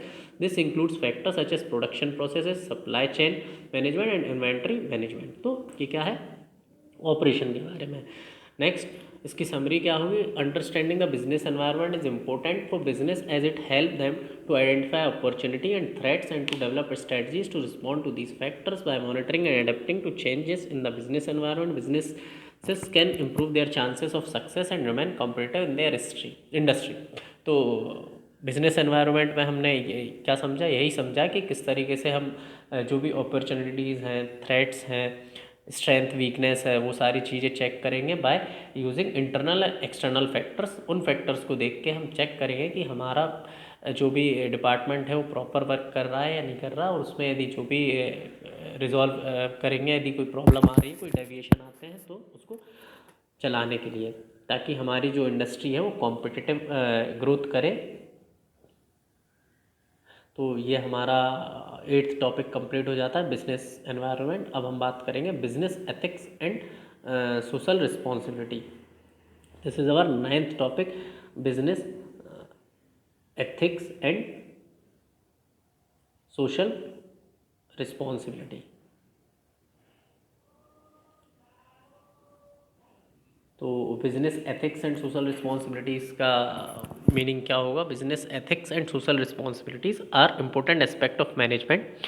Ethical behavior is essential for building trust and maintaining credibility with stakeholders, including employees, customers, and the community. Social responsibility involves recognizing the business have a broader role to play in society beyond simply generating profits. Businesses have an obligation to operate in a manner that is ethical, sustainable, and socially responsible.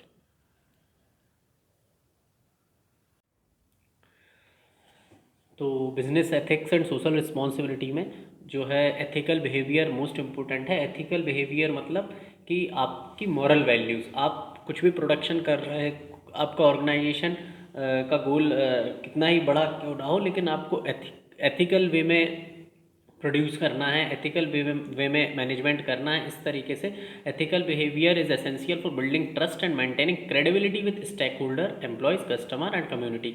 तो अगर आपका behaviour ethical रहेगा तो आपके product की ट्रस्टेबिलिटी ज़्यादा रहेगी, आपकी क्रेडिबिलिटी मार्केट में ज़्यादा रहेगी, कस्टमर्स के बीच में, जो आपके स्टेक होल्डर्स हैं उनके बीच में, या कम्युनिटी के बीच में। जितना प्रोडक्ट आप अच्छा देंगे आपके एथिक्स बिहेवियर के साथ, ऐसा नहीं है कि हम जैसे कि एक कोई ऐड चलाता है कि फेयर एंड लवली क्रीम का, या मतलब मैं किसी का नाम नहीं ले रहा हूँ, पर कई सारे ऐसे प्रोडक्ट हैं जो मार्केट में विदाउट एथिक्स बिकते हैं, जिसके कारण कई सारी, जैसे कि एक यही क्रीम वाला ले लो कि ऐड दे देंगे और एडवर्टाइज इस तरीके से करेंगे कि आप एक हफ्ते में गोरे हो जाएंगे या 15 दिन के अंदर आपकी हाइट बढ़ जाएगी इस प्रोडक्ट से। तो this is not a ethical way. इसमें आपका ट्रस्ट टूटता है, आपका नेगेटिव इम्पैक्ट पड़ता है आपके जो भी प्रोडक्शन पे और सेल्स पर। तो हमको एथिकल बिहेवियर होना चाहिए किसी भी बिजनेस में। And the next is social responsibility होनी चाहिए। Social responsibility means that your organisation and your business have an obligation to operate in a manner that is ethical, sustainable and socially responsible. इसमें आप broader जब बड़े level पे कोई production करते हैं तो उस प्रोडक्शन में आपको ये देखना है कि सोसाइटी के लिए भी आप क्या कर रहे हैं। सोसाइटी, आपका प्रोडक्ट क्या सोशली पब्लिकली ज़्यादा फ़ायदेमंद है, या सिर्फ जो प्राइवेट लोगों के लिए ज़्यादा फ़ायदेमंद है, या जो ज़्यादा अमीर लोग हैं या जो एलाइट क्लासेस हैं सिर्फ उन्हीं के लिए आपका प्रोडक्ट बन रहा है। तो हमको इस तरीके की सोशली रिस्पॉन्सिबिलिटी लेना है कि हम सोसाइटी के हिसाब से प्रोडक्शन करें, कि समाज में क्या चीज़ की ज़रूरत है उस चीज़ पर हम काम करें। जैसे मोबाइल फ़ोन कितना बड़ा इन्वेंशन है, मोबाइल फ़ोन पूरी सोसाइटी को उससे फ़ायदा हो रहा है, और भी कई सारे एग्जाम्पल्स हैं। Now we are talking about business ethics in deep, that it refers to the principles and values that guide the behavior of individual and organization in the business world. It includes honesty, fairness, respect for others. तो ethics में आपका क्या आ जाता है? जो भी moral values हम बचपन से पढ़ते आ रहे हैं वही एथिक्स में बात की जाती है कि आपको बिहेवियर में ईमानदारी होना चाहिए, आप बाइज्ड नहीं हो, है ना, इक्वली आप सबके लिए ट्रीट करो, एक दूसरे की रिस्पेक्ट करो। That is ethical behaviour in business, and it operates with high ethical standards are more likely to earn the trust and respect of stakeholders, which can lead to long term success. तो यदि आपको long term success पाना है तो आपको ethical behaviour रखना पड़ेगा, जिससे आपका ट्रस्ट बिल्डअप हो सके आपके कस्टमर, आपके स्टेक होल्डर्स और आपके कंपनी में। तो ये बहुत इंपॉर्टेंट है।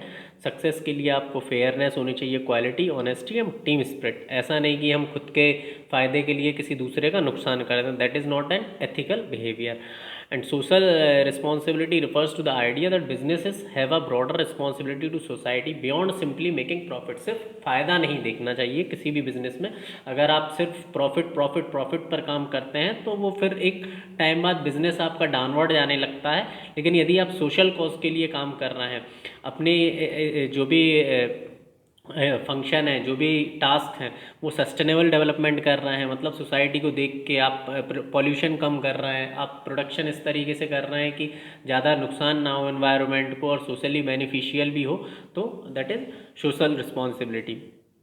Social responsible business are more likely to be viewed positively by customers, और जितने ज़्यादा सोशली रिस्पॉन्सिबल बिजनेसेस होते हैं उनको पॉजिटिवली देखा जाता है कस्टमर्स के बीच, एम्प्लॉयज़ के बीच एंड कम्युनिटीज़ के बीच, which can help to build loyalty and reputation. कई सारे ऐसे बिजनेस हैं, जैसे रतन टाटा हैं तो उनके कई सारे बिजनेस ऐसे हैं जो सोशली रिस्पॉन्सिबल हैं, पूरी जनता उनसे फ़ायदा, पूरी पब्लिक को फ़ायदा होता है। जैसे टाटा का नमक आता है, टाटा का ट्रक आता है, टाटा के आयरन एंड स्टील आते हैं, जो पूरे पब्लिकली वो खुद का बेनिफिट नहीं देखते हैं। तो that is social responsibility. As managers it is important to establish a culture of ethical behavior and social responsibility within the organization. This can be achieved through policies and procedures that promote ethical behavior, training program that educate employees on the importance of ethical behavior and social responsibilities, and a commitment to transparency and accountability. तो अब जो managers हैं उनका काम बनता है, उनकी ये रिस्पॉन्सिबिलिटी बनती है कि उनको प्रॉपर एथिकल बिहेवियर्स के रूल सेट करने चाहिए, कोड ऑफ कंडक्ट होना चाहिए प्रॉपर, ताकि जो भी एम्प्लॉयर्स हैं, जो भी वर्कर्स हैं, वो उस प्रॉपर तरीके से बिहेव कर सकें, एथिकल बिहेवियर अपना सकें। अलग अलग ट्रेनिंग शेड्यूल होने चाहिए, प्रोग्राम्स होने चाहिए जो एम्प्लॉयर्स के बीच। कई सारे कंपनीज और ऑर्गेनाइजेशन इस तरीके के self evaluation training programme, personality development training programme कराते हैं, और ये बहुत ही बढ़िया होता है किसी भी बिजनेस के लिए। और हमको ये चेक करना चाहिए जो मैनेजर्स है उसको, कि ट्रांसपेरेंसी और अकाउंटेबिलिटी बहुत ज़रूरी है। ट्रांसपेरेंसी इन द सेंस कि काम पारदर्शिता, आप जो भी काम कर रहे हैं वो जो पब्लिक है या जो सोसाइटी है उसको पता हो कि आप किस तरीके से कर रहे हैं। आपने इन्वेस्टमेंट करा तो कहाँ से इन्वेस्टमेंट किया, कैसे किया, और आप कहाँ पैसा लगा रहे हैं। उसके बाद अकाउंटेबल होना चाहिए, जवाबदेह। यदि कोई प्रोडक्ट गड़बड़ बनता है तो उसके लिए आप रिस्पॉन्सिबिलिटी ले सकें। Ultimately ethical behaviour and social responsibility are essential for building trust and maintaining, मतलब वही बात की गई है कि अगर आपको कस्टमर के लिए लॉयल होना है, अपना बिजनेस लंबे समय तक चलाना है, मोर सस्टेनेबल तरीके से आपको डेवलपमेंट करना होगा और एथिकल बिहेवियर के साथ। तो that is our chapter completed, business ethics and social responsibility. Now come to the 10th chapter, that is human resource management, customer relation management। ये HRM और CRM हर एग्ज़ाम में इम्पोर्टेंट है। CRM तो DFF CCIL का exam होता है, railway का conduct जो कराती है, उसमें आता है CRM से, और ह्यूमन रिसोर्स मैनेजमेंट से भी। अब HR सबने सुना है, HR क्या होता है?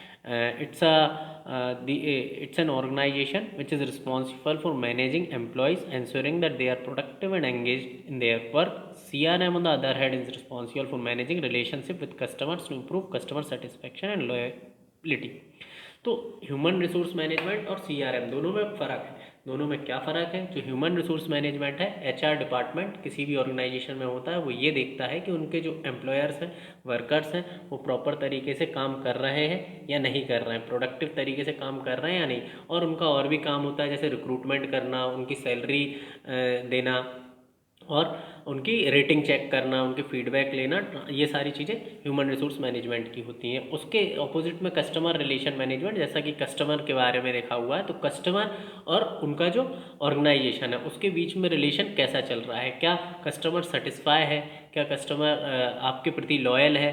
तो ये सारा काम CRM का होता है। और कस्टमर रिलेशन मैनेजमेंट में बहुत सारी चीज़ें आ जाती हैं, जैसे कि कस्टमर को आप फॉलो अप करना, कि आप जो भी आपके कस्टमर्स हैं वो आपसे किस चीज़ की डिमांड करते हैं, वो कब कब आपको देखते हैं, और आपका प्रोडक्ट किस तरीके का प्रोडक्ट कौन से कस्टमर्स को पसंद है। तो ये सब CRM में आता है। While HRM and CRM are two separate functions, there are several ways in which they are connected. Here are few examples. तो ये वैसे तो अलग अलग तरीके से सेपरेट हैं, बट हम इसमें देखेंगे कि किस तरीके से ये दोनों एक दूसरे से हम कंपेयर करके देखते हैं। जैसे employee training, HRM is responsible for providing employees with the training and skills necessary to perform their. तो ह्यूमन रिसोर्स का काम क्या होता है? HR का रिक्रूटमेंट करने के बाद उनको प्रॉपर ट्रेनिंग प्रोवाइड कराना, जो भी स्किल्स की ज़रूरत है, जो भी रिक्वायरमेंट है ऑर्गेनाइजेशन में या बिजनेस में, उनको प्रॉपर ट्रेनिंग देना, स्किल देना according to the requirements. And this includes training on how to interact with customers and provide excellent customers service by investing in employee training, and HRM can help improve customer satisfaction and loyalty। तो इससे हमको CRM से और HRM में क्या relation देखने मिलता है? इससे हमको ये रिलेशन देखने मिलता है कि यदि हम proper training, proper skill provide कराएंगे हमारे एम्प्लॉयर्स को, तो वो कस्टमर से प्रॉपर रिलेशन बना के रखेंगे और कस्टमर को सेटिस्फैक्शन सेटिस्फैक्ट्री सर्विस प्रोवाइड करेंगे, so that your customer be loyal to your product. Next is employee engagement. Engaged employees are more likely to provide excellent customer service and go the extra mile for customers. Employee engagement mean मतलब अपने जो employees हैं उनको engage करके रखें ताकि वो excellent customer service दें। इस तरीके से एंगेज करके रखें उनको, उनको खुश करके रखें कि वो काम जो भी कर रहे हैं वो उस काम से प्रोडक्शन अच्छा हो, और जो प्रोडक्शन अच्छा हो तो उनके कस्टमर खुश होंगे, कस्टमर को प्रॉपर सर्विस मिलेगी, they are satisfy. So that HRM plays a key role in engaging employees by creating a positive work environment, offering competitive compensation and benefits, and providing opportunities for growth and development. तो HRM का काम क्या है यहाँ पर? Engagement रखने के लिए इस तरीके से एंगेज रखता है, और जो उनके वर्कर्स होते हैं उनको कंपनसेशन देता है, उनको बीच बीच में ट्रिप्स देता है कि कई ऑर्गेनाइजेशन में गोवा ट्रिप मिलती है, थाईलैंड ट्रिप मिलती है, या अदर डिफरेंट कंट्रीज़ की ट्रिप देते हैं, और फिर स्कूल की फैसिलिटी उनके बच्चों की, और बहुत सारी चीज़ें, ताकि आपके जो एम्प्लॉयर्स हैं वो एंगेज रहें और अच्छा काम करें, सो दैट योर ऑर्गेनाइजेशन की ग्रोथ और डेवलपमेंट हो सके। Then performance management. तो ये परफॉर्मेंस मैनेजमेंट हमने पहले भी देख चुका है कि HRM is responsible for managing employees performance, उनके परफॉर्मेंस को मैनेज करना, प्रॉपर उनसे फीडबैक लेना कि जो भी गोल सेट किया है वो सही से हो रहा है या नहीं, और फीडबैक लेने के बाद उसको इवेल्युएट करना कि उसमें क्या कमी है और फिर उसको सुधार करना। तो it can also help improve the overall customer experience, इससे कस्टमर का एक्सपीरियंस सुधरता है ना। Employ recognition. एम्प्लॉय रिकग्निशन मतलब अपने एम्प्लॉय को एंकरेज करना, उसको प्रॉपर उसके कंट्रीब्यूशन का उसको एंकरेजमेंट मिलना चाहिए, जो भी उसने काम किया है उसको रिवार्ड मिले time to time, so that आपके कस्टमर सेटिस्फाई रहेंगे। जब आपका कस्टमर अच्छा, वर्कर काम अच्छे से करेंगे तो कस्टमर के पास सर्विस अच्छी पहुँचेगी। And then customer feedback. तो CRM is responsible for collecting feedback from customer to identify areas of for environment. जो कस्टमर रिलेशन मैनेजमेंट में है तो उन जो भी कस्टमर्स के फीडबैक जाते हैं वो CRM के थ्रू जाते हैं। कस्टमर रिलेशन मैनेजमेंट का काम है कि कस्टमर से फीडबैक ले कि आपका प्रोडक्ट या आपका जो भी सर्विसेज है वो सर्विसेज उन तक पहुंच रही हैं, तो क्या वो सेटिस्फाई हैं या नहीं है, या उनको और किसी चीज़ की उसमें सुधार की ज़रूरत है।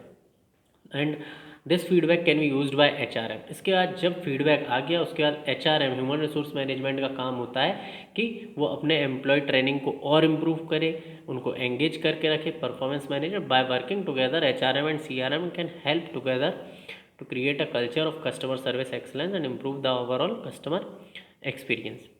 इसके बाद हम बात करेंगे in summary HRM CRM two important functions that are connected by their shared goal of improving the customer experience. Now अब हम बात करते हैं हमारा नेक्स्ट 11th चैप्टर, जो क्या है consumer protection.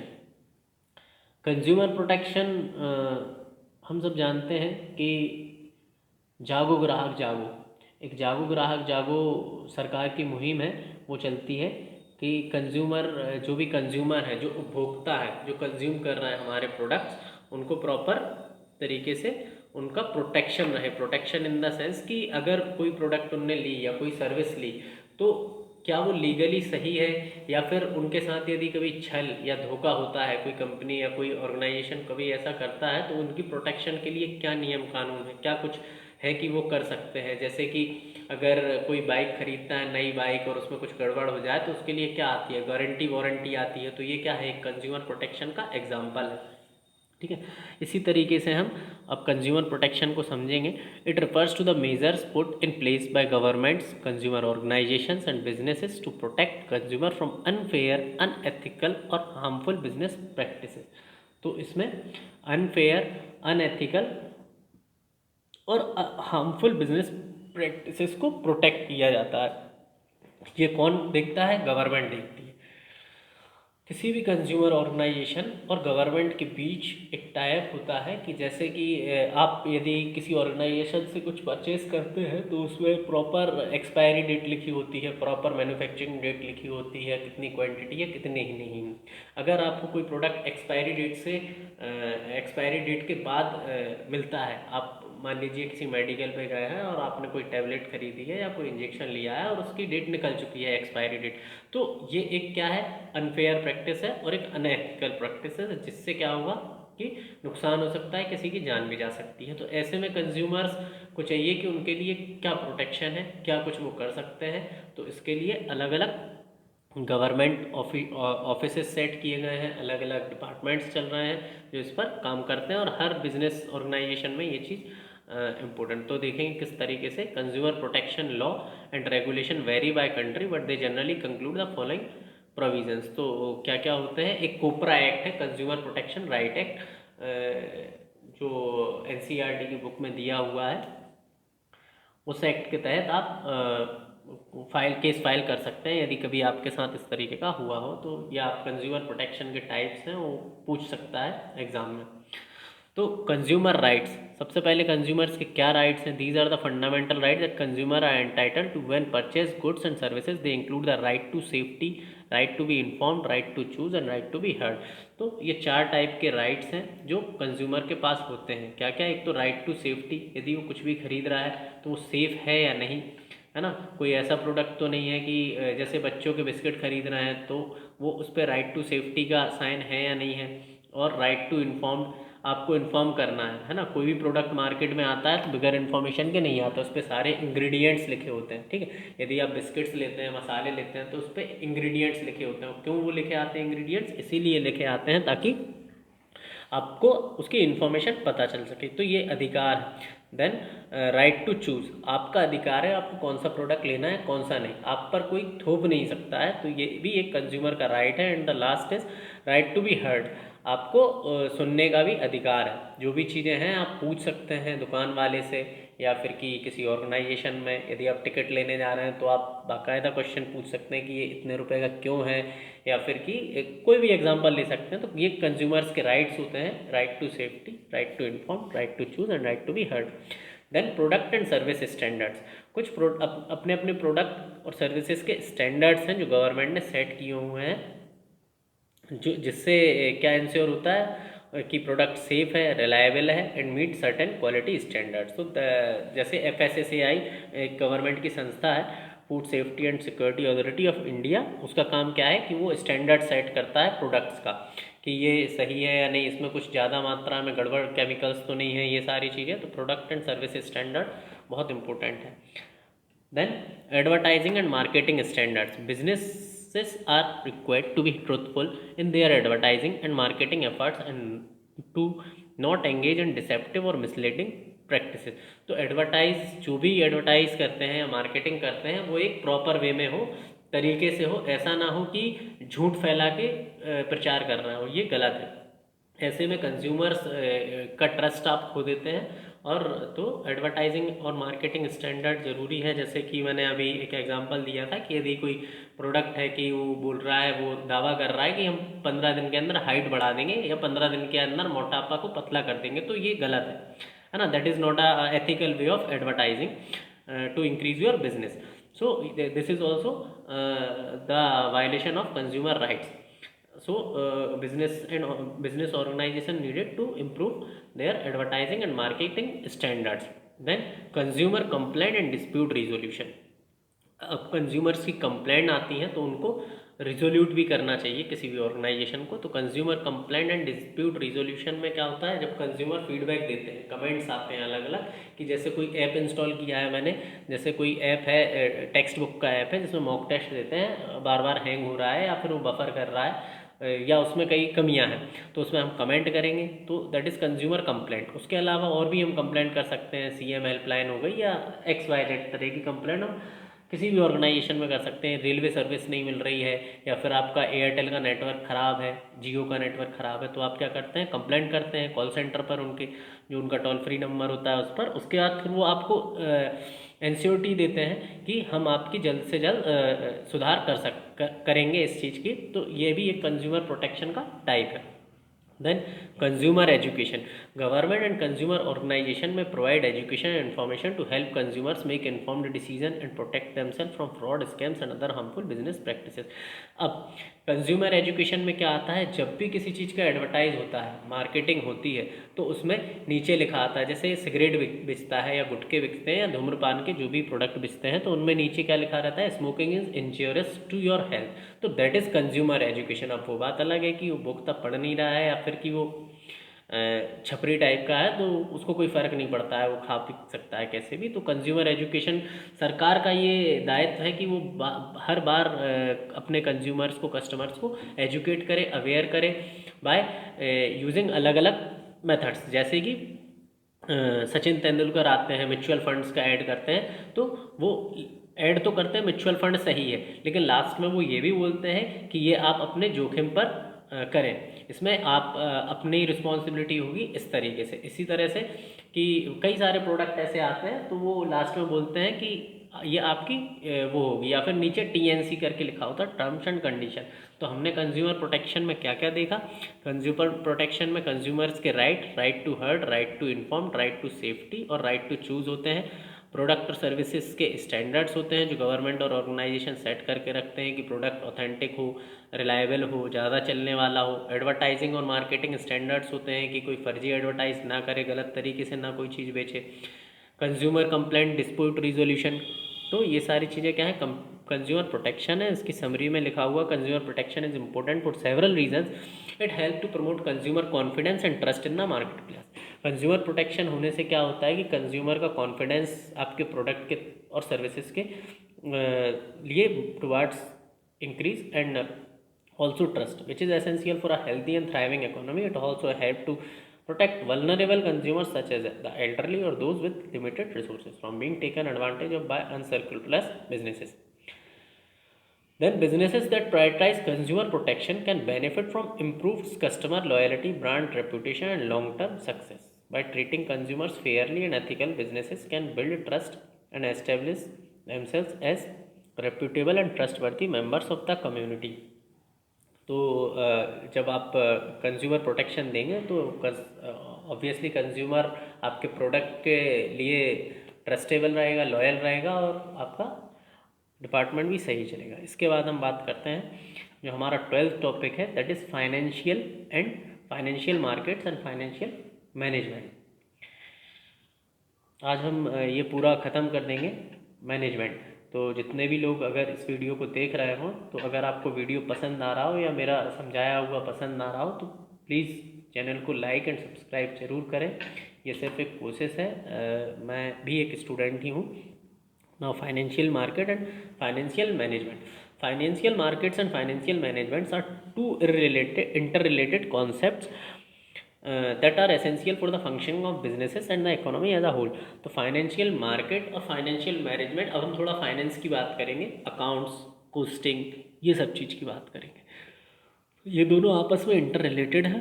Financial market refers to the market where financial instruments such as stocks, bonds and currencies are traded, and financial market provide a mechanism for businesses and investors to raise capital, manage risk and transfer wealth. The main types of financial market include stock market, bond market, foreign exchange market and commodity market।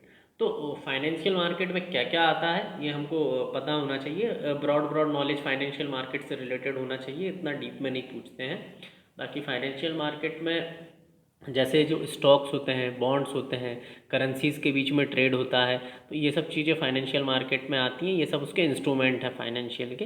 And financial market provide a mechanism for business and investor to raise capital. ये एक तरह का mechanism है financial market में कि आप capital को investors के लिए अट्रैक्ट करते हैं अपनी तरफ, अपने यहाँ बुलाते हैं कि हमारे यहाँ इन्वेस्ट कीजिए, फंड राइज करते हैं। उसके बाद फिर रिस्क लेना भी एक फाइनेंशियल मार्केट का इंस्ट्रूमेंट है और वेल्थ को ट्रांसफ़र करना। तो दीज आर फाइनेंशियल मार्केट्स। तो इसमें foreign exchange market, community market और ये सब आते हैं। फिर हम फाइनेंशियल मैनेजमेंट की बात करेंगे। हम फाइनेंस को मैनेज कैसे किया जाए। On the other refers to the process of managing an organisation's financial resources to achieve its goals and objectives. तो जो भी ऑर्गेनाइजेशन है उसके फाइनेंशियल रिसोर्सेज को हम किस तरीके से मैनेज कर रहे हैं, तो जो भी फाइनेंशियल रिसोर्सेज को मैनेज करने का प्रोसेस है उसको हम फाइनेंशियल मैनेजमेंट कहते हैं, किसी भी गोल या ऑब्जेक्टिव को अचीव करने के लिए। इसमें क्या क्या आ जाता है, प्लानिंग आती है, financial planning, budgeting, investing and financing activities. तो अलग अलग तरीके से हम प्लान करते हैं फाइनेंस को, जितना इन्वेस्टमेंट हुआ है क्या उसका टर्नओवर कितना होगा, कितना डेफिशिट होगा, कितना उसमें रेवेन्यू जनरेट होगा, कितना बजट उसका बनाना है, ठीक। और अलग अलग फाइनेंसिंग की एक्टिविटीज़ होती हैं। इसके बाद primary goal of financial management is to maximise share holder value by ensuring that the organisation financial resources are used effectively and efficiently. तो इसका प्राइमरी गोल क्या होता है फाइनेंशियल मैनेजमेंट का? इसका प्राइमरी गोल ये होता है कि जो भी आपके शेयर होल्डर्स हैं, जो भी आपके म्यूचुअल पार्टनर्स हैं, उनके बीच में ट्रस्ट जनरेट करना और प्रॉपर उनका जो प्रॉफिट्स है उसको मैक्सिमाइज करते रहना, ताकि आपका ऑर्गेनाइजेशन इफेक्टिवली और एफिशिएंटली वर्क करे। Then these are financial markets and financial managements are closely linked as business rely on financial markets to raise capital and manage risk.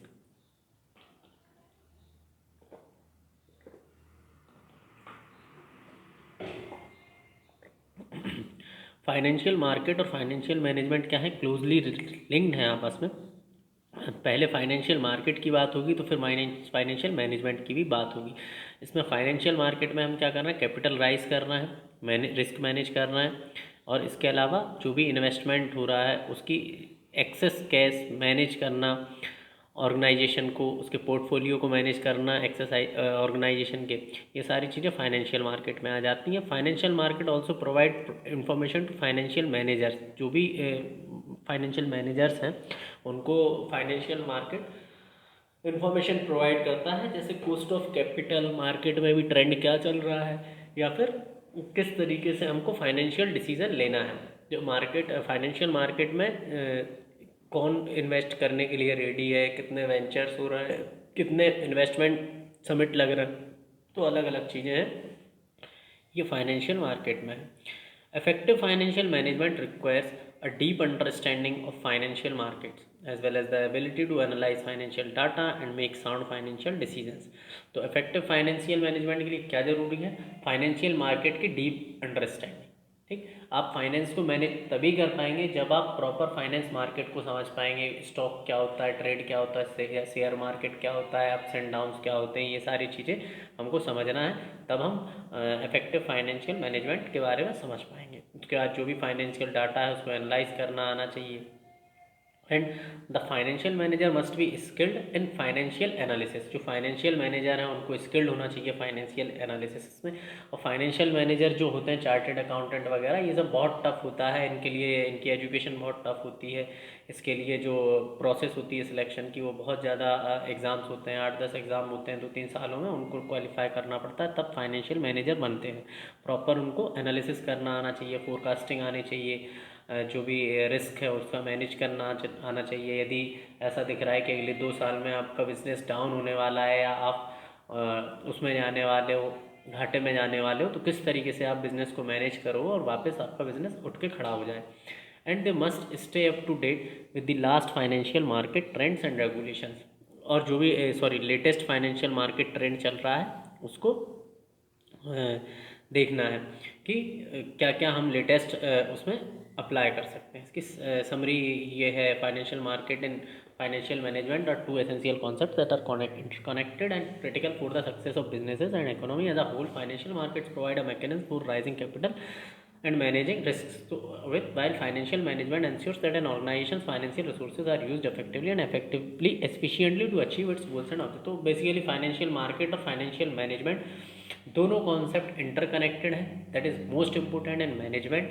How it is important? That they are providing mechanism to raise capital and managing risk, while management is to organize financial resources are used effectively and efficiently. तो financial management हमने क्या पढ़ा कि financial management में जो भी finance market है उसको ऑर्गेनाइज करना। फाइनेंशियल मार्केट में हमने ये पढ़ा कि किस तरीके से फाइनेंशियल मार्केट में हम कैपिटल राइज के बारे में देखते हैं या फिर कि रिस्क के बारे में देखते हैं, और फाइनेंशियल मैनेजमेंट के बारे में। तो ये हमारा एक चैप्टर और कंप्लीट होता है, financial markets and financial management.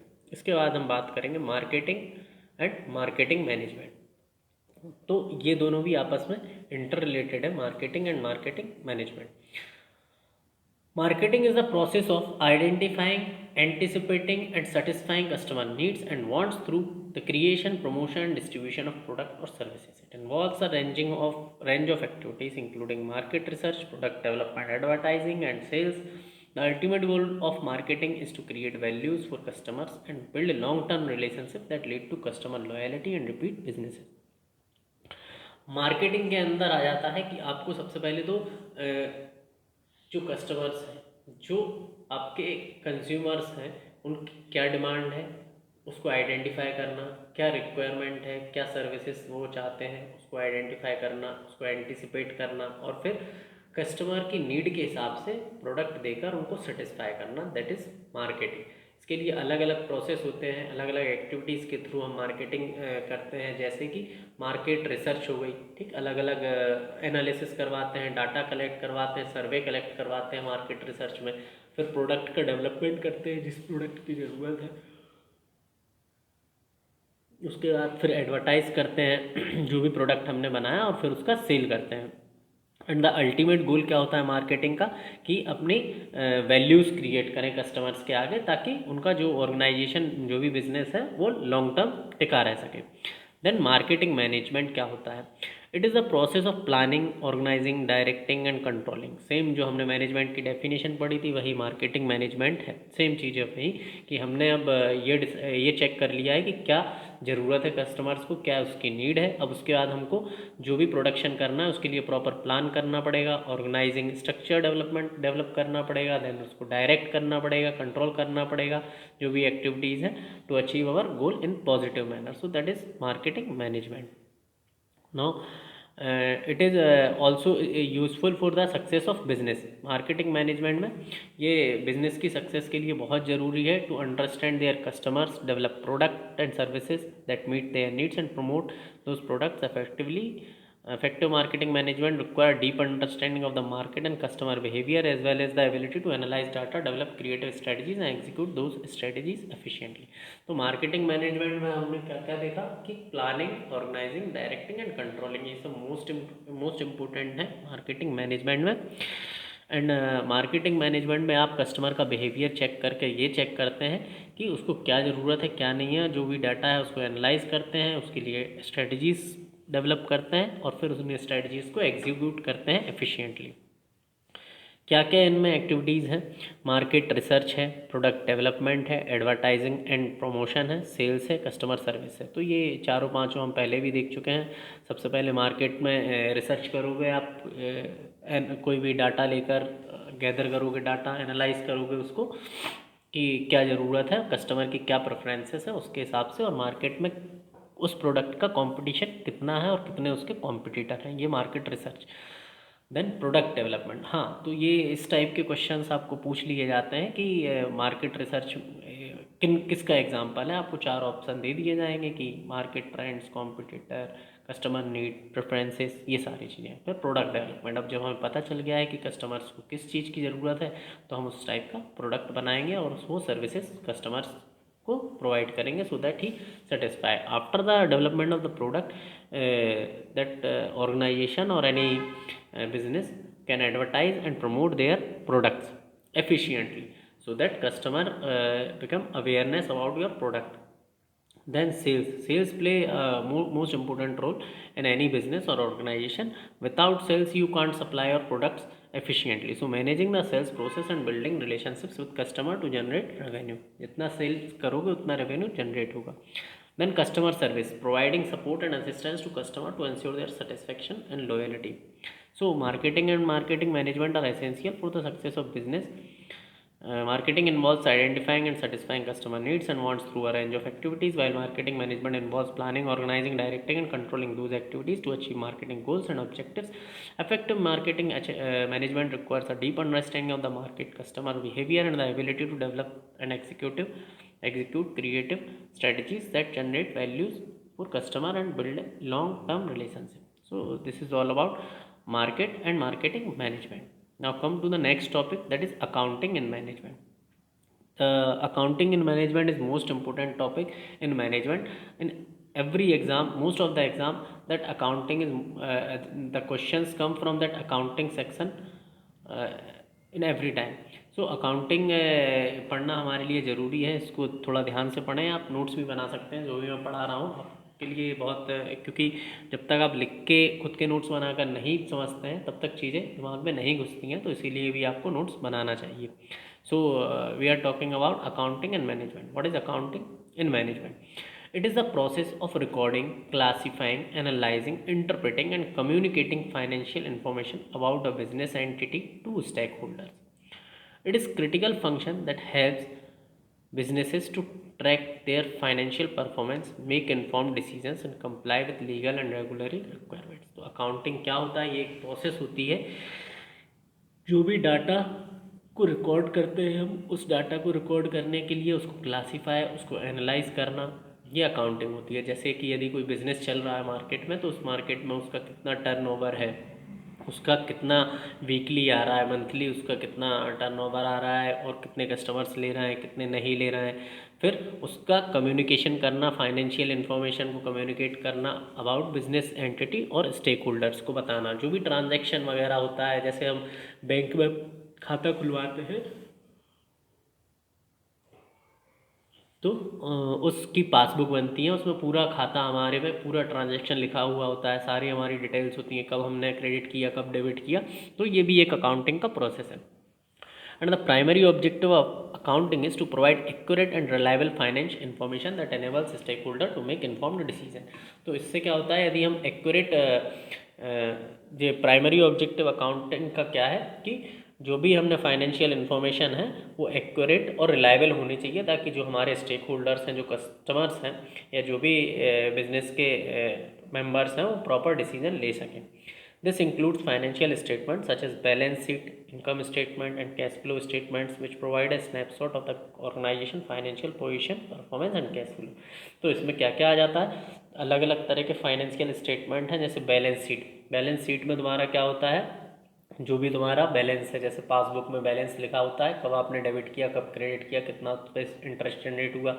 Income statements है ना, जो भी आपकी कंपनी या बिजनेस की इनकम्स आ रही है, कितना रेवेन्यू जनरेट हो रहा है। देन कैश फ्लो स्टेटमेंट, कितना कैश फ्लो हो रहा है, मतलब रनिंग कैपिटल, और ये सारी चीज़ें, इससे आपकी कंपनी या जो मैनेजमेंट ऑर्गेनाइजेशन है उसका पोजीशन पता चलती है, परफॉर्मेंस पता चलता है। Now we can discuss about accounting can be divided into two main areas, financial accounting and managerial accounting.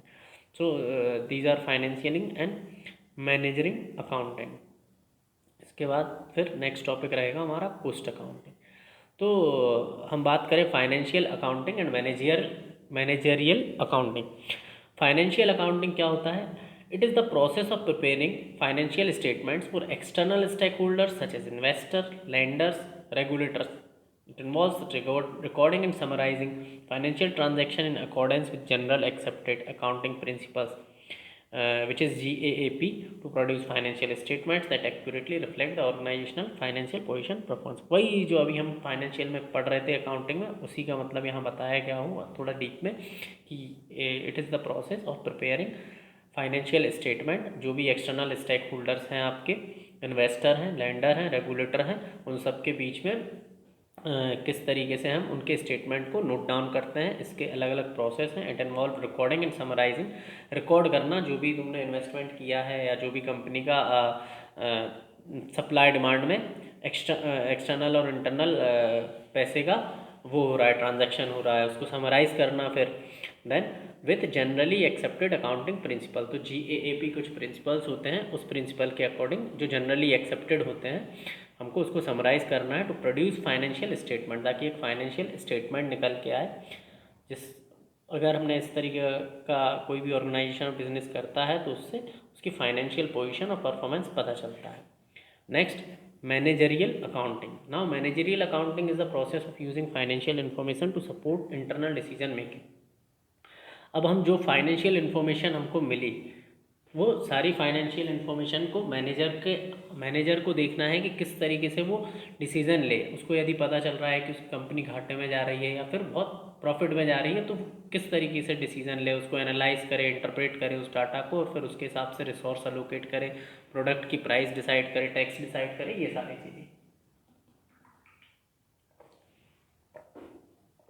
So this is managerial accounting. Now, accounting also includes a range of specialized areas such as auditing करना, tax audit करना, forensic accounting. Auditing involves examining financial statements to ensure that they are accurate and comply with GAAP. GAAP मतलब जो generally accepted accounting procedure होता है, principal होता है, उसके हिसाब से सारा डाटा होना चाहिए आपका। इसमें ऑडिट करना, जैसे चार्टेड अकाउंटेंट होते हैं वो सारा डाटा ऑडिट करते हैं कि कितना इन्वेस्ट किया, कितना आया, कितना गया, कितना टैक्स आया, ये सारी चीज़ें इसमें अकाउंटिंग में आ जाती हैं। That tax accounting involves preparing and filing tax return and advising organisation on tax related issues. तो टैक्स अकाउंटिंग क्या होता है ये भी पूछ लिया जाता है कि टैक्स अकाउंटिंग क्या होता है। तो इसमें जितना आपका टैक्स रिटर्न आ रहा है और ऑर्गेनाइजेशन में, एडवर्टाइज वगैरह में, हर चीज़ में, उसमें ऑर्गेनाइजेशन को एडवाइस करते हैं कि टैक्स रिलेटेड इशू को किस तरीके से रिजॉल्व किया जाए। फॉरेंसिक अकाउंटिंग में क्या होता है, it involves using account principles and techniques to investigate financial fraud and other financial crimes. ये एक तरह की प्रोसेस है और टेक्निक है जिसमें हम जो भी फाइनेंशियल फ्रॉड हो रहे हैं या जो फाइनेंशियल क्राइम होते हैं उसको इन्वेस्टिगेट करने के लिए फॉरेंसिक अकाउंटिंग करते हैं। Now come to the summary, in conclusion, accounting is a critical function that helps business to track their financial performance, make informed decision and comply with legal and regulatory requirements. It involves recording, classifying, analyzing, interpreting and communicating financial information to stakeholders and can be divided into two main areas, financial accounting and managerial accounting. ठीक है, तो ये हमारा accounting के बारे में हो गया कि अकाउंटिंग क्या होती है। इसमें हम बेसिकली जो भी फाइनेंस है उसके बारे में देखते हैं, टैक्स ऑडिट, टैक्स रिटर्न, और उसके बाद कंपनी या ऑर्गेनाइजेशन का हमको परफॉर्मेंस पता चलता है इससे, that is accounting. Now cost accounting क्या होता है, I think it's our last topic, that cost accounting. इसके बाद फिर हम प्रीवियस ईयर क्वेश्चन डिस्कस करेंगे नेक्स्ट वीडियो में। So what is cost accounting? Cost accounting is a branch of accounting that is concerned with measuring, analyzing, reporting the cost of producing goods or services. The goal of cost accounting is to help organization make informed decisions about pricing, production and resource allocating by providing accurate and relevant information about the cost of their operation. तो cost accounting एक accounting की branch है जिसमें हम किस चीज़ की बात करते हैं, जो भी गुड्स और सर्विसेज प्रोवाइड कर रहे हैं उन गुड्स और सर्विसेज के कोस्ट, प्रोड्यूसिंग कोस्ट को एनालाइज करना, मेज़र करना, रिपोर्ट करना और फिर डिसाइड करना कि किस तरीके से हम प्राइस सेट करें, किस तरीके से हम सर्विसेज को प्रोवाइड करें और रिसोर्सेज को एलोकेट करें कि हमको जो भी ऑपरेशन हमारा बिजनेस में है वो सही से परफॉर्म हो सके। So cost accounting involve several key activities like cost classification and cost accumulation, cost analysis, cost control, cost reporting. तो ये 4-5 चीज़ें हम देखेंगे कि कोस्ट अकाउंटिंग में क्या क्या आ जाता है।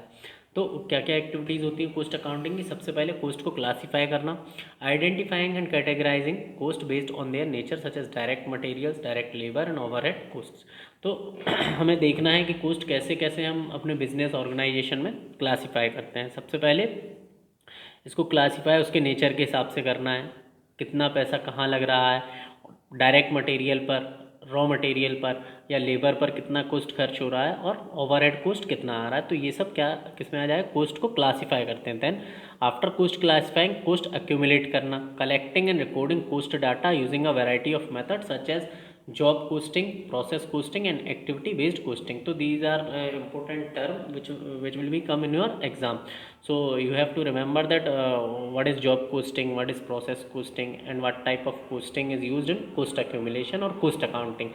So you need to learn and revise this many times. So क्या होता है कोस्ट एक्यूमुलेशन में, जो भी हमने डाटा कलेक्ट किया, कोस्ट को क्लासीफाई करके उसको एक प्रॉपर वे में उसको समराइज़ करना है और समराइज़ करने के बाद अलग अलग मेथड के तरीके से हम उसको समराइज़ कर सकते हैं, जैसे job costing, process costing and activity based costing. फिर कोस्ट एनालिसिस करते हैं, उसके बाद एनालाइज करना कोस्ट डाटा को to determine the cost of producing each unit of output as well as the total cost of producing goods और services. क्या हम जो भी हमारी कॉस्ट लग रही है क्या उस हिसाब से गुड्स एंड सर्विसेज प्रोड्यूस हो रहे हैं या नहीं हो रहे हैं। तो ये सारी चीज़ें क्या है, कोस्ट एनालिसिस। फिर cost control, monitoring and managing cost to ensure that they remain within budgeted level. तो कॉस्ट कंट्रोल करना है हमको कि हमने जो भी इन्वेस्टमेंट किया है या जो भी हम प्रोडक्शन कर रहे हैं वो हमारे बजट के अंदर है या नहीं है। हम जो करते जा रहे हैं उसका कोई डाटा नहीं होगा तो क्या होगा, हम प्रॉपर मैनेज नहीं कर पाएंगे। देन कॉस्ट रिपोर्टिंग, उसके बाद लास्ट में क्या करना है, उसकी रिपोर्ट करना है, इन्फॉर्मेशन जनरेट करना है, communicating cost information to stake holders through a range of report such as cost of goods sold reports, variance report and profitability reports. तो ये सारी रिपोर्ट्स हमको कॉस्ट रिपोर्टिंग में बतानी है। तो कॉस्ट अकाउंटिंग, आई होप कि आप लोगों को कॉस्ट अकाउंटिंग समझ में आया होगा। इसमें कॉस्ट अकाउंटिंग में हमारा काम क्या है कि जो भी account, it is also a branch of accounting that is concern with measuring, analysing, reporting the cost of producing goods and analysing. जो भी हमारे प्रोडक्शन और गुड्स एंड सर्विसेज में कॉस्ट लग रही है उसको हमको मेज़र करना है और उस पर लास्ट में उसका चेक करना है, रिपोर्ट्स बनानी है कि उसमें हम प्रॉफिट में हैं या लॉस में हैं, किस तरीके से हम उसको एनालाइज करके आगे अपने बजट के अंदर काम कर सकें। So the summary is cost accounting is it is a branch of accounting that is concerned with measuring, analyzing, reporting the cost of producing goods or services. It involves several key activities like cost classification, cost accumulation, cost analysis, cost control and cost reporting, and is used by business to make informed decisions about pricing, production and resource allocation। ठीक है, जब हम coast को classify कर लेंगे अपने products और services के हिसाब से, फिर उसके बाद हम उनमें देखेंगे कि हम उसमें क्या कुछ सुधार कर सकते हैं और अपने कस्टमर और स्टेक होल्डर्स को उसकी रिपोर्ट शो करनी होती है कि कितना कितना कॉस्ट आ रहा है, कितना नहीं आ रहा है। So this is all about management. अगर आपको वीडियो पसंद आया हो, मैनेजमेंट समझ में आया हो, तो प्लीज़ चैनल को लाइक करें, शेयर करें, सब्सक्राइब करें। Thank you so much.